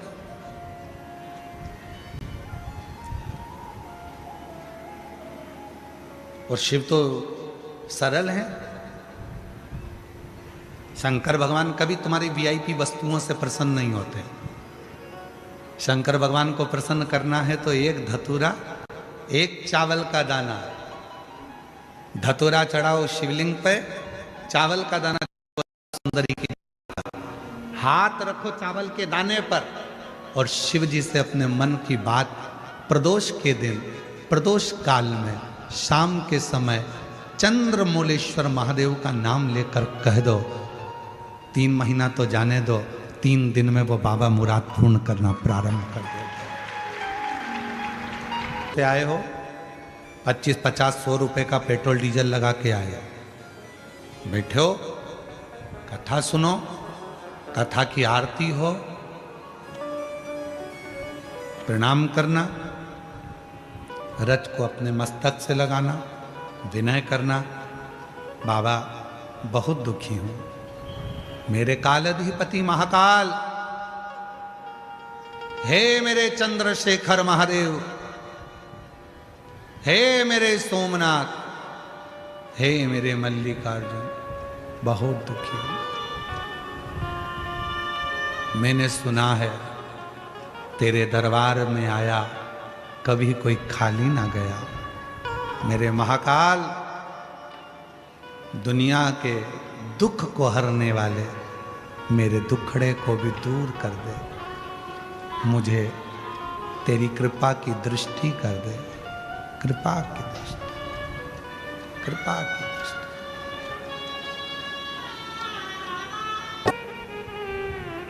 वाणी सिद्ध हो जाती है। जिसने प्रतिदिन भगवान शंकर पे चढ़े हुए जल का आचमन करा है उसकी जिह्वा सिद्ध हो जाती। जिसने रोज शिव पे चढ़ी हुई बेलपत्री का एक छोटे से छोटा अंश भी प्रतिदिन अपनी जिह्वा पर लिया है, खाया है, उसकी जिह्वा सिद्ध हो जाती। जिह्वा सिद्ध। क्यों गुरुजी, इसका कोई प्रमाण मिलता है क्या कि जिसने बेलपत्री खाई हो और उसकी जिह्वा सिद्ध हो गई, जिसने शिव जी का जल पिया हो और उसकी जिह्वा सिद्ध हो गई हो? उसकी कथा चल रही है, चंद्रशेखर महादेव की कथा, कथा चल रही है।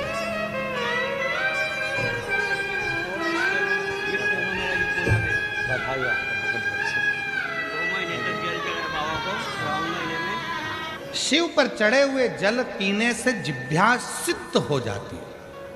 हमें सिद्ध करने का कोई मंत्र नहीं आता, हमें कोई साधना नहीं आती, हमें कोई व्रत नहीं आता, हमें कोई तप नहीं आता। लोग कहते हैं इस मंत्र को सिद्ध कर लो, लोग कहते हैं रुद्राक्ष को सिद्ध कर लो, लोग कहते हैं इसको सिद्ध कर लो, लोग कहते हैं उसको सिद्ध कर लो। हम कहते हैं कुछ मत करो, शिव जी पे चढ़े हुए जल को पीना प्रारंभ करो। रोज शंकर जी पे चढ़े हुए थोड़ा सा जल आचमन करना प्रारंभ कर दो। प्रतिदिन एक दिन भी खाली नहीं जाना चाहिए। एक ना एक दिन तुम्हारी जिह्वा सिद्ध हो जाएगी। तुम जिससे जो कहोगे वो अपने आप काम होना प्रारंभ हो जाएगा। जिह्वा मेरा तू ही तो हमदर्द है, जिसे हर दर्द कहता है। जिह्वा सिद्ध हो।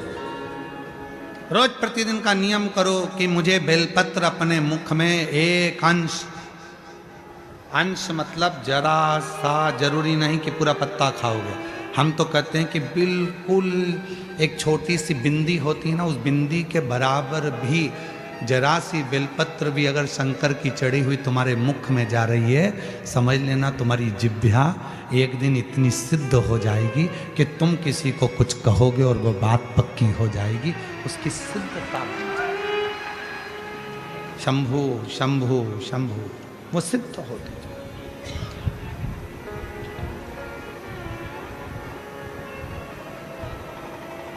सिद्ध कर, और वो सिद्धता इससे नहीं मिलेगी, आपका मंत्र स्मरण, मंत्र स्मरण, मंत्र स्मरण।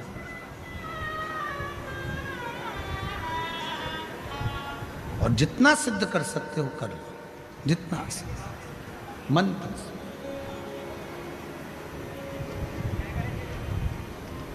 मदनासुर सतयुग का एक ऐसा असुर था। मदनासुर एक ऐसा असुर,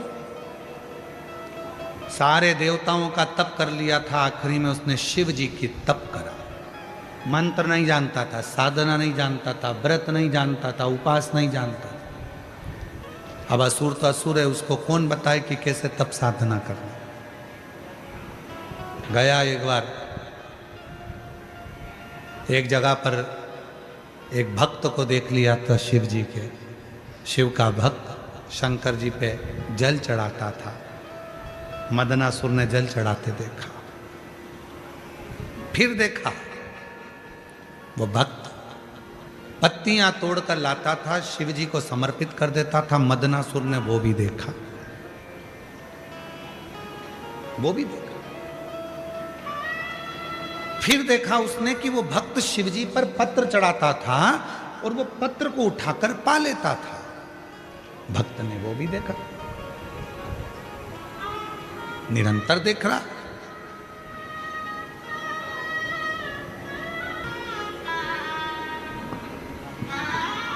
बधाई आपको बहुत बच्चे।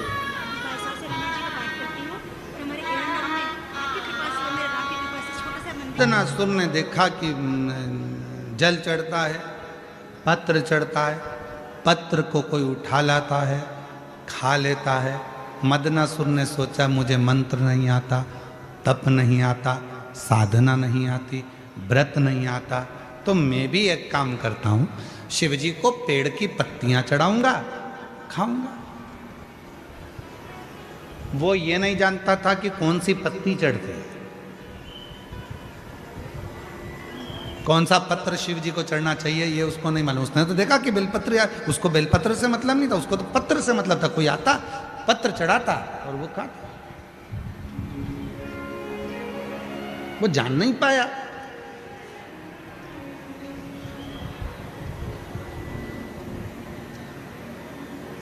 मदनासुर ने बहुत घोर तप नहीं किया, शिव जी पे पत्र चढ़ाता, उस पत्ती को खाता, खाते खाते खाते खाते सालों निकल गए। शिव प्रसन्न हो गए, शिव प्रसन्न। क्या चाहिए बोल। बाबा ब्रह्मा जी ने मुझे ये दिया, भगवान विष्णु ने मुझे ये दिया, गरुण वरुण ने ये दिया, इंद्र ने मुझे ये दिया, सब बताया। कहा अब अगर कुछ देना चाहते हो तो मेरी जिह्वा को सिद्ध कर दो, जो बोलूं वो हो, जो बोलूं वो हो।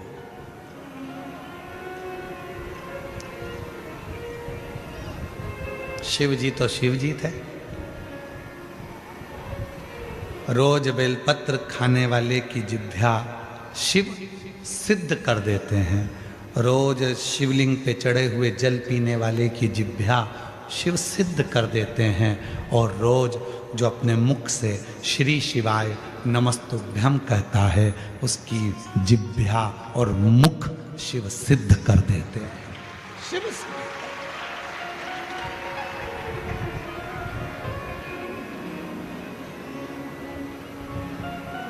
सिद्ध। मदनासुर वर देता हूं, तेरी जिह्वा आज से सिद्ध होती है, तो जिस जिह्वा से जो बोलेगा वो होगा। शिव जी ने सोचा नहीं गलत बोल दिया तो, शिव जी ने विचार ही नहीं करा, सिद्ध हो गई जिह्वा। मदनासुर ने बोलना प्रारंभ कर दिया। संत यज्ञ कर रहे थे, मदनासुर ने बोल दिया यज्ञ में पानी गिरना प्रारंभ हो जाए। यज्ञ में पानी गिरा, भस्म। कोई स्त्री हंडा लेकर जा रही थी, पानी का मटका। मदनासुर को जाने की जरूरत ही नहीं थी, देख लेता था, ऊपर से कह देता फूट जा, फूट गया। जिह्वा से अच्छा हुआ वो तो भुसावल वालों की जिब्या सिद्ध नहीं हुई। ये किसी को गड़बड़ नहीं करते यार।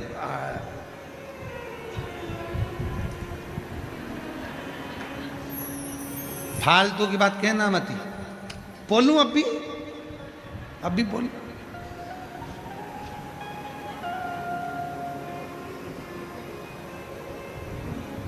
जिब्या सिद्ध हो, मना नहीं है। आप शंकर जी को जल चढ़ाते हो, शिव जी का जल पीते हो, शंकर जी पे चढ़ी हुई बेलपत्र खाते हो, भले थोड़ी सी खाओ, पर सिद्ध हो जाती है ना, तो किसी का बुरा नहीं करना, भला करो, अच्छा करो। भगवान भोलेनाथ जी से कहकर जाना इस पंडाल में, बाबा 4 व्हीलर गाड़ी दिलाना, अगली बार जहां कथा हो तो मेरे मोहल्ले की माताओं को उस गाड़ी में बिठाकर कथा सुनाने के लिए। 4 व्हीलर गाड़ी भी हमारी हो।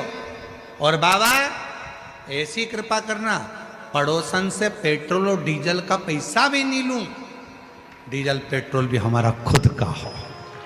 ऐसी अरे भगवान से मांग रही हैं, भगवान बहुत दूर पड़ता है, 300 रुपये लग गए ऑटो के, बाबा ऐसी कृपा कर 300 रुपये कहीं से आ जाए। 300 रुपये क्या मांगना?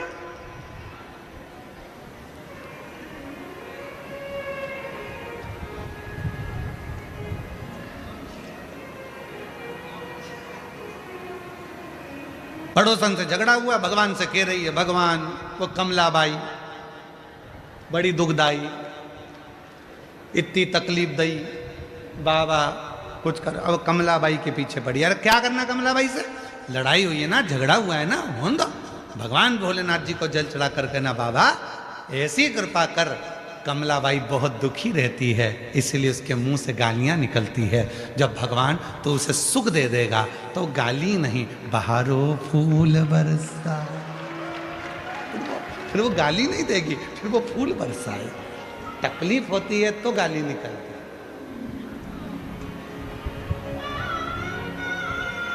अगर तकलीफ होगी ही नहीं तो गाली क्यों निकलेगी?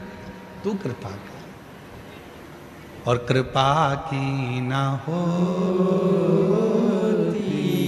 जो आदत तुम्हारी, तो सुनी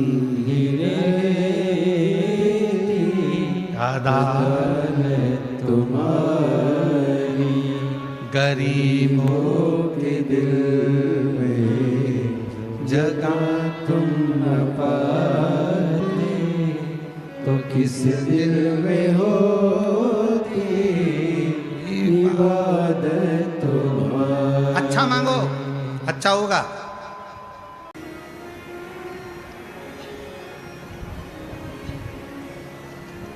कोई भी पूछे, कोई पूछे कैसे हो, तुम्हारे बच्चे कैसे, माझा मुलगा मुलगी चांगला है, ठीक है, उसमें क्या दिक्कत है, मस्त है।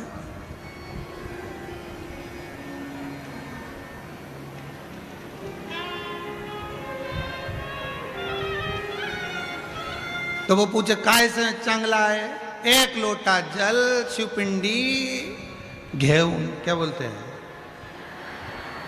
1 लोटा जल शिवपिंडी घेवला है।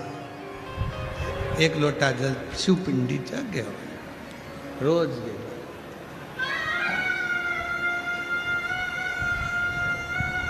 वो रोज शिव मंदिर जाते हैं, जल चढ़ाते, शिव का नाम लेते, भगवान का जन्म करते, बसते रहते।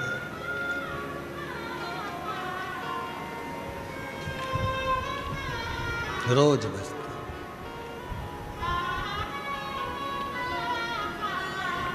शिव को बसते हैं। मदनासुर की जिभ्या सिद्ध हो गई। वो सिद्ध जिभ्या से लोगों को तंग करने लगा, परेशान करने लगा, परेशान। कभी कभी लोग अपने आप में भी परेशान हो जाते हैं, ऐसा नहीं है कि नहीं होते। एक नई नवेली बहू आई, दही बहुत सारा रखा था, सास ने कह दिया दैया बिलोले, माखन बना लिया। और वो नवनीत बनाने के लिए, माखन बनाने के लिए बैठ गई। माखन बना रही थी, नई बहू थी, सिर पे पल्लू वल्लू रख के खूब जोरदार माखन बनाने के लिए जो बैठी और मक्खन जो बिलोने में लगी। और थोड़ी देर बाद आवाज लगाया, सासू जी, सासू जी। सासू जी प्रसन्न होकर आई, बोल बेटा क्या हुआ? मक्खन आ गया। अब उसने जिंदगी में पहली बार तो मक्खन निकाला था, तो चिल्ला कर दौड़ी, मम्मी मम्मी सासू जी मक्खन आ गया। सास आई, सिर पे पल्लू लेके जूड़ा बांध के एक थप्पड़ दिया बहू के मुंह पे। अकल नहीं है, पागल हो गई है, कल की आई, तेरे बाप ने यही सिखाया है, ससुर का नाम लेती है। अब उसको क्या मालूम था कि मेरे ससुर का नाम मक्खन है, लेती ही नहीं।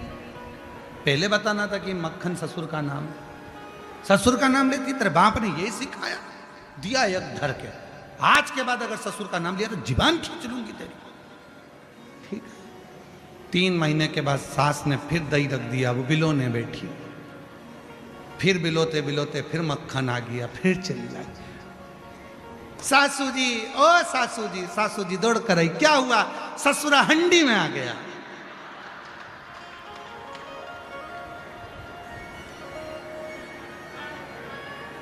अब नाम नहीं लिया, ससुरा हंडी में पड़ा है, मटकी में मक्खन पड़ा है। तो कभी कभी हमारी परेशानी हम स्वयं लेते, कोई दूसरा नहीं लेता, कोई दूसरा नहीं बोला। मदनासुर ने लोगों को तंग किया, कष्ट दिया, अपशब्द कहे, जो बोलता वो सिद्ध वाणी थी। परेशान हो गए, बहुत कष्ट हुआ, बहुत कष्ट। तब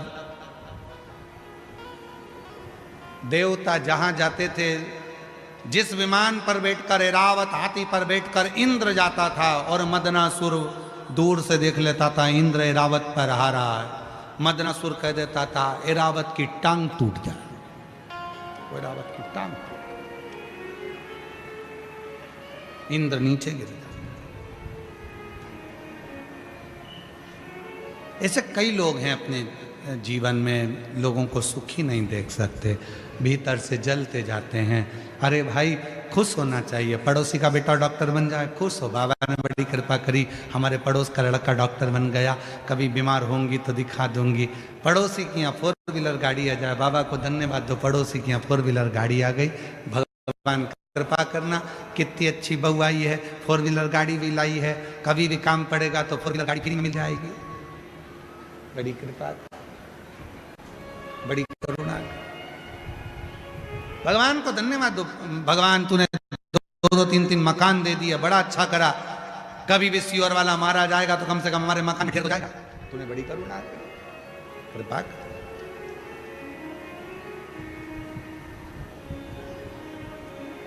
हमें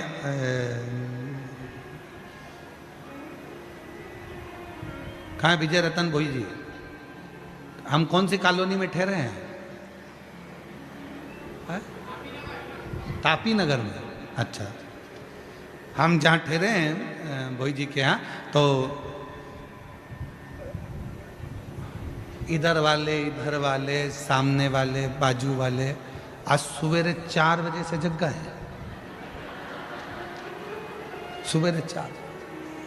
हमारा तो जब चल रहा था और हम खिड़की में से धीरे से देख रहे थे, ये बाहर आती अंदर जाती, बाहर आती अंदर जाती, बाहर आती। और 2-3 बार तो छोरा छोरी के दोच भी दिए, जाके देख क्या, उठ के जा।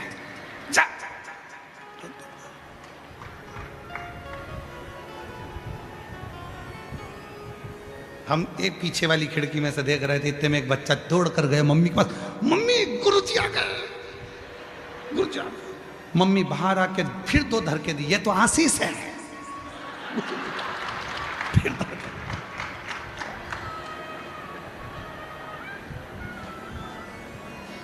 एक तो मकान भी ऐसा है कि चारों तरफ खिड़की है।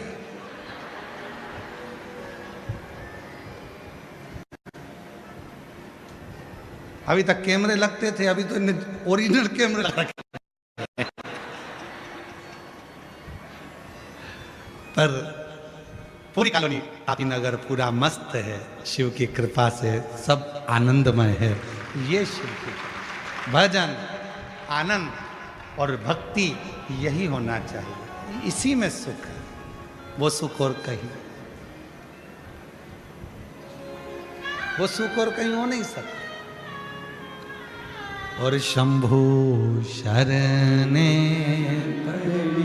मांगू घड़ी रे घड़ी, दुख काटो दया करी दर्शन आपको।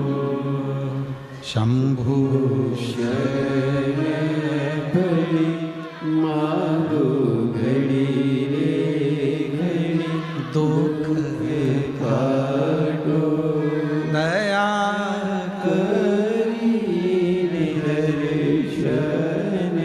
शिव कथा कर रही है। मदनासुर की जिह्वा सिद्ध हो गई थी और वो सिद्धता का गलत फायदा उठा रहा।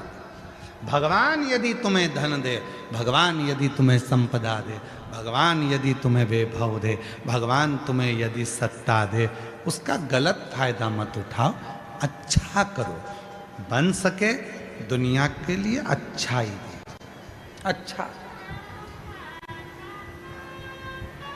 कभी किसी के लिए गलत मत, गलत मत। कोई तुमको गाली दे, खुश हो।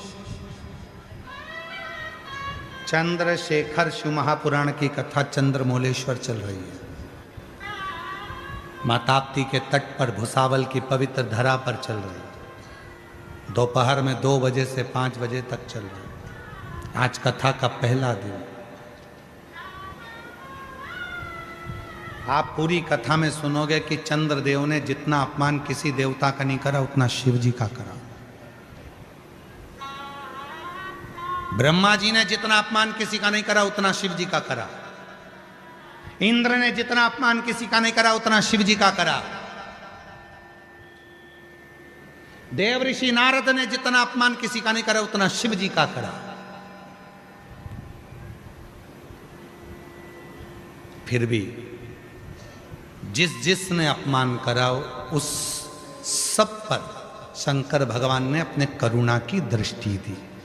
चंद्रदेव को रोग हुआ, उसने शिव जी का अपमान भी करा, तो भी शिव जी ने उनको अपने मस्तक पर बिठाया। इंद्र ने अपमान करा, पर इंद्र की सत्ता चली गई, तब इंद्र को सत्ता पर बिठाया। नारद जी ने अपमान करा, तो भी नारद पर करुणा कर कर तुमरुका जी से कथा श्रवण कराई। ब्रह्मा जी ने अपमान करा, तो ब्रह्मा जी के कटे हुए सिर को बड़का पेड़ बनाकर बटकेश्वर बन गए। शिव जी ने किसी का अपमान नहीं करा, सबका सम्मान, चाहे दुनिया के लोग कितना भी अपमान कर दे।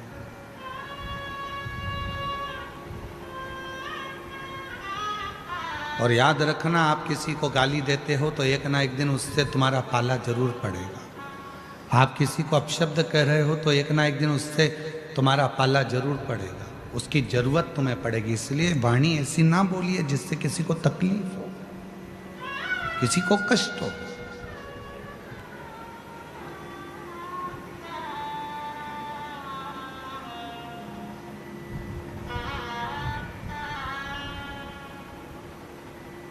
किसी को कष्ट हो ऐसी वाणी का प्रयोग मत करो। कितना कहा पहले, वाणी ऐसी बोलिए जो मन का आपा होए। पर आज के जमाने में वाणी ऐसी बोलिए जो जम के झगड़ा होए, पर उससे मत बोलिए जो तुमसे तगड़ा होए। ये आज की रीति है, पहले की रीति थी वाणी ऐसी बोलिए जो मन का आपा हो। प्रेम वाणी से बरसता रहे, जिह्वा से प्रेम बरसे, स्नेह बरसे।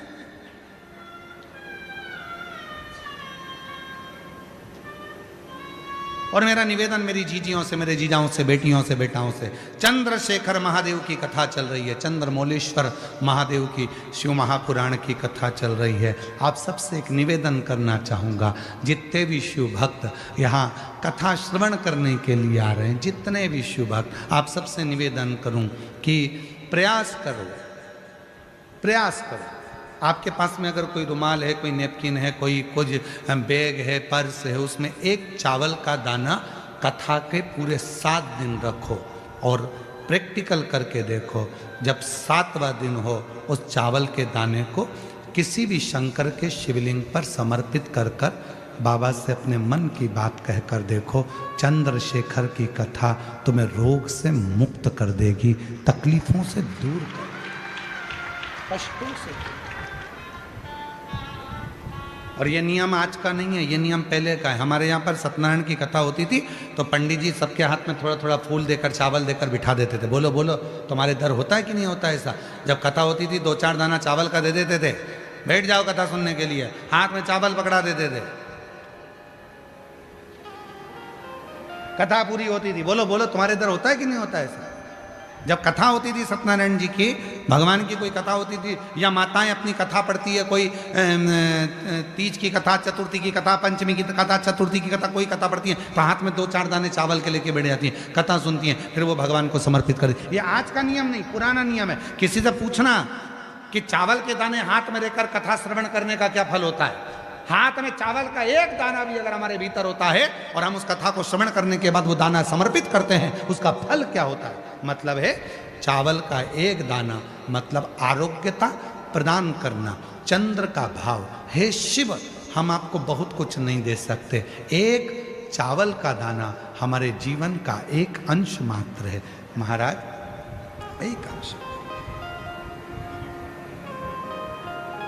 हे शिव, हे करुणा सागर, ये आपको समर्पित,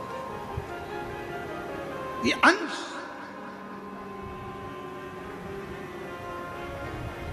एक अंश। गेहूं वापिस गेहूं को जन्म दे देता है,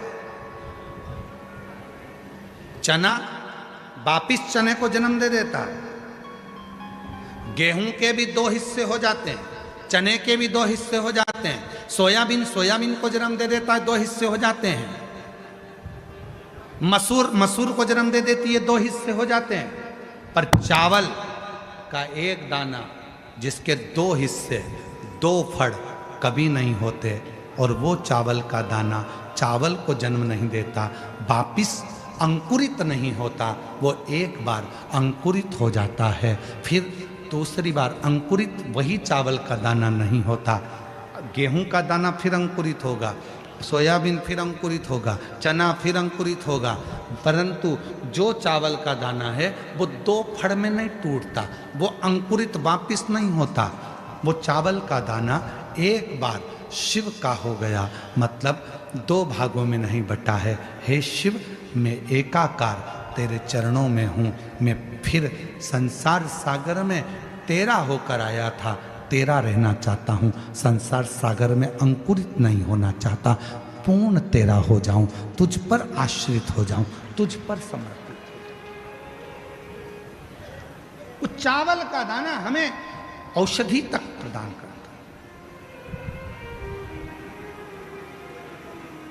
सबसे पहला अन्न है चावल, अक्षत, सबसे पहला।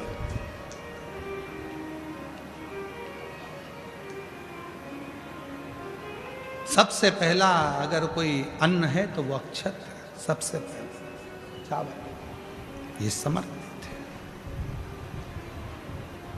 एक चंद्रमौलेश्वर महादेव का नाम लेकर एक चावल का दाना भी सुख देता। और मेरी जीजियां याद रखें, मेरी जीजियों से निवेदन है, कभी कभी ऐसा लगता है शरीर में अगर कोई गांठ पड़ जाती है, बच्चादानी में गांठ आ गई, चेस्ट में गांठ आ गई, शरीर के कोई अंग में गांठ आ गई, घबराना नहीं है, डॉक्टर का इलाज करवाओ, दवाइयाँ लो, साथ में एक नियम बनाओ, प्रदोष काल में 2 दीपक शिव जी के मंदिर में लगाओ और एक चावल का दाना शंकर भगवान पे चढ़ाना प्रारंभ करो।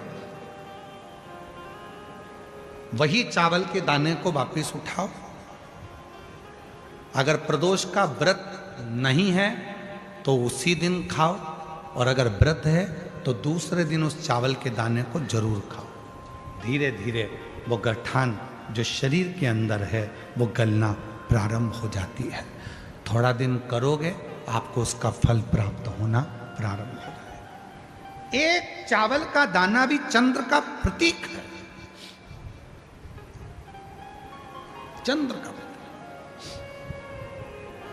सभी लोग साथ में बोलेंगे, बोल चंद्रशेखर महादेव की। एक चावल का दाना चंद्र का प्रतीक। जिभ्या, मदनासुर की जिभ्या बहुत उत्पात मचा, बहुत।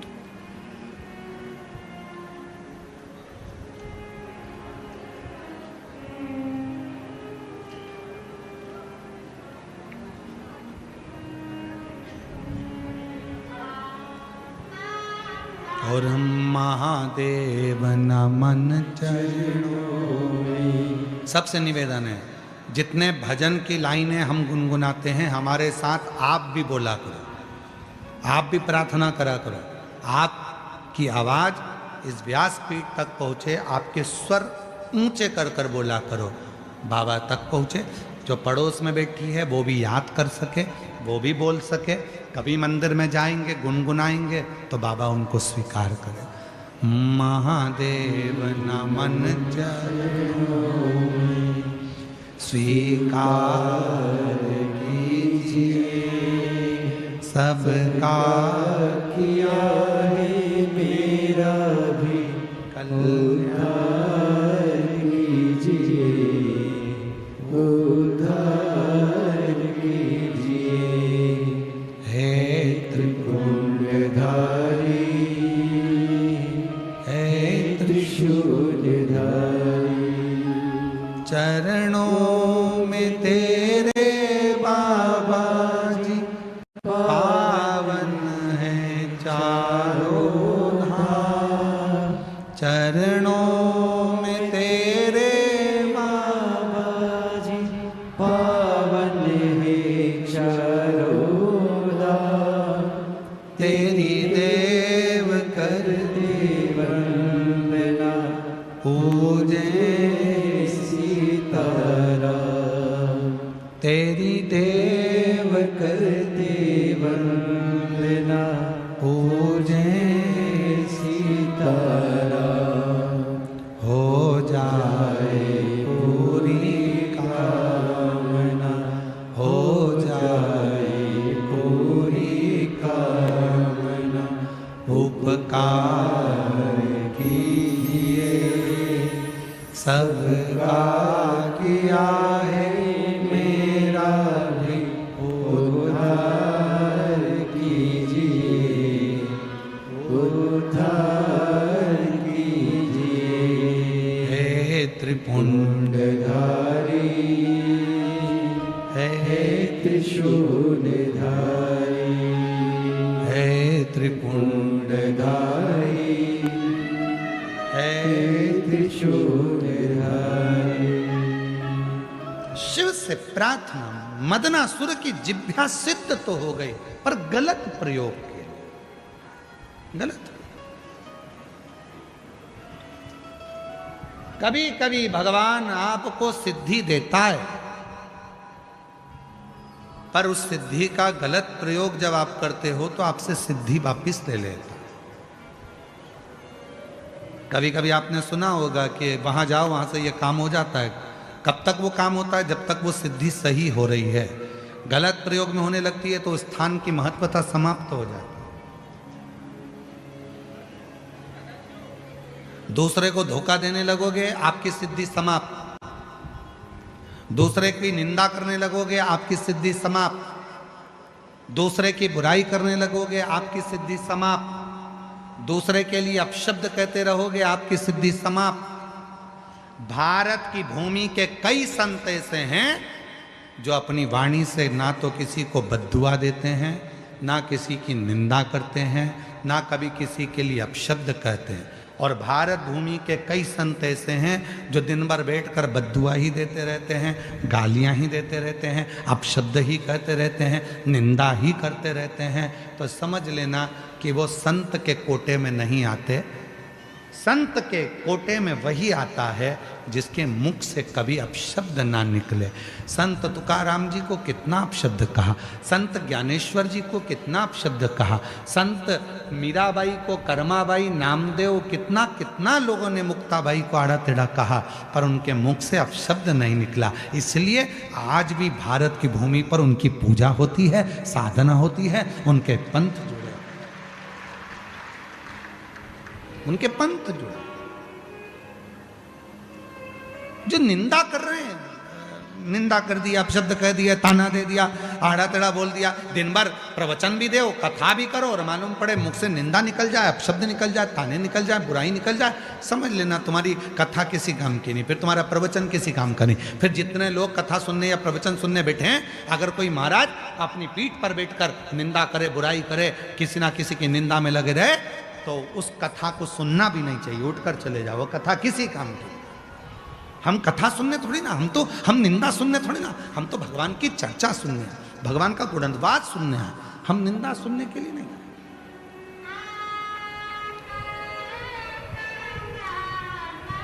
हम निंदा सुनने नहीं आए, कथा सुनाओ। श्री शिवाय नमस्तुभ्यम, भगवान की लीलाओं का गुणगान करो। मदनासुर की जिह्वा सिद्ध तो थी, पर वो सिद्ध किस काम की? आखिरी में देवताओं ने शिव जी से प्रार्थना करी, बाबा आपने सिद्धि दी है, आप कुछ करो। शिव जी ने कहा मैं देकर वापस लूंगा, ये अच्छी बात नहीं,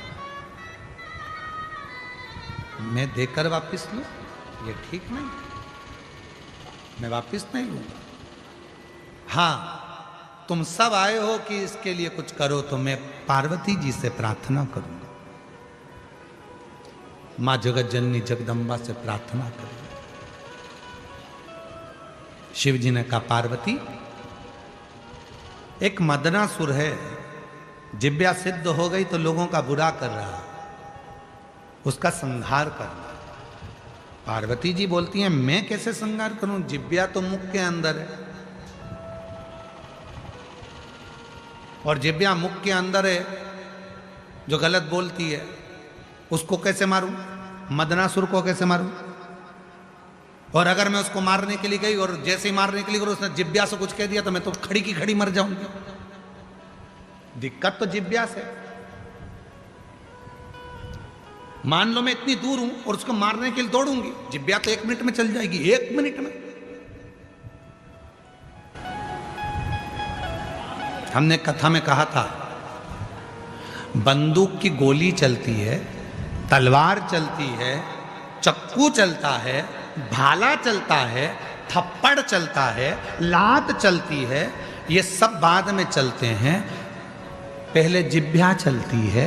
अगर जिह्वा ना चले तो बंदूक की गोली भी ना चले, अगर जिह्वा ना चले तो चक्कू भी ना चले, अगर जिह्वा ना चले तो तलवार भी ना चले। ये तलवार कब चलती है? जब जिह्वा चलती है। आप आड़ा टेढ़ा बोलोगे तलवार चलेगी, आड़ा टेढ़ा बोलोगे झगड़ा होगा तो बंदूक की गोली चलेगी। कब चली? जब ये जिह्वा चली। तो जिह्वा पर कंट्रोल कर लिया तो ये कुछ चलने वाला है ही नहीं।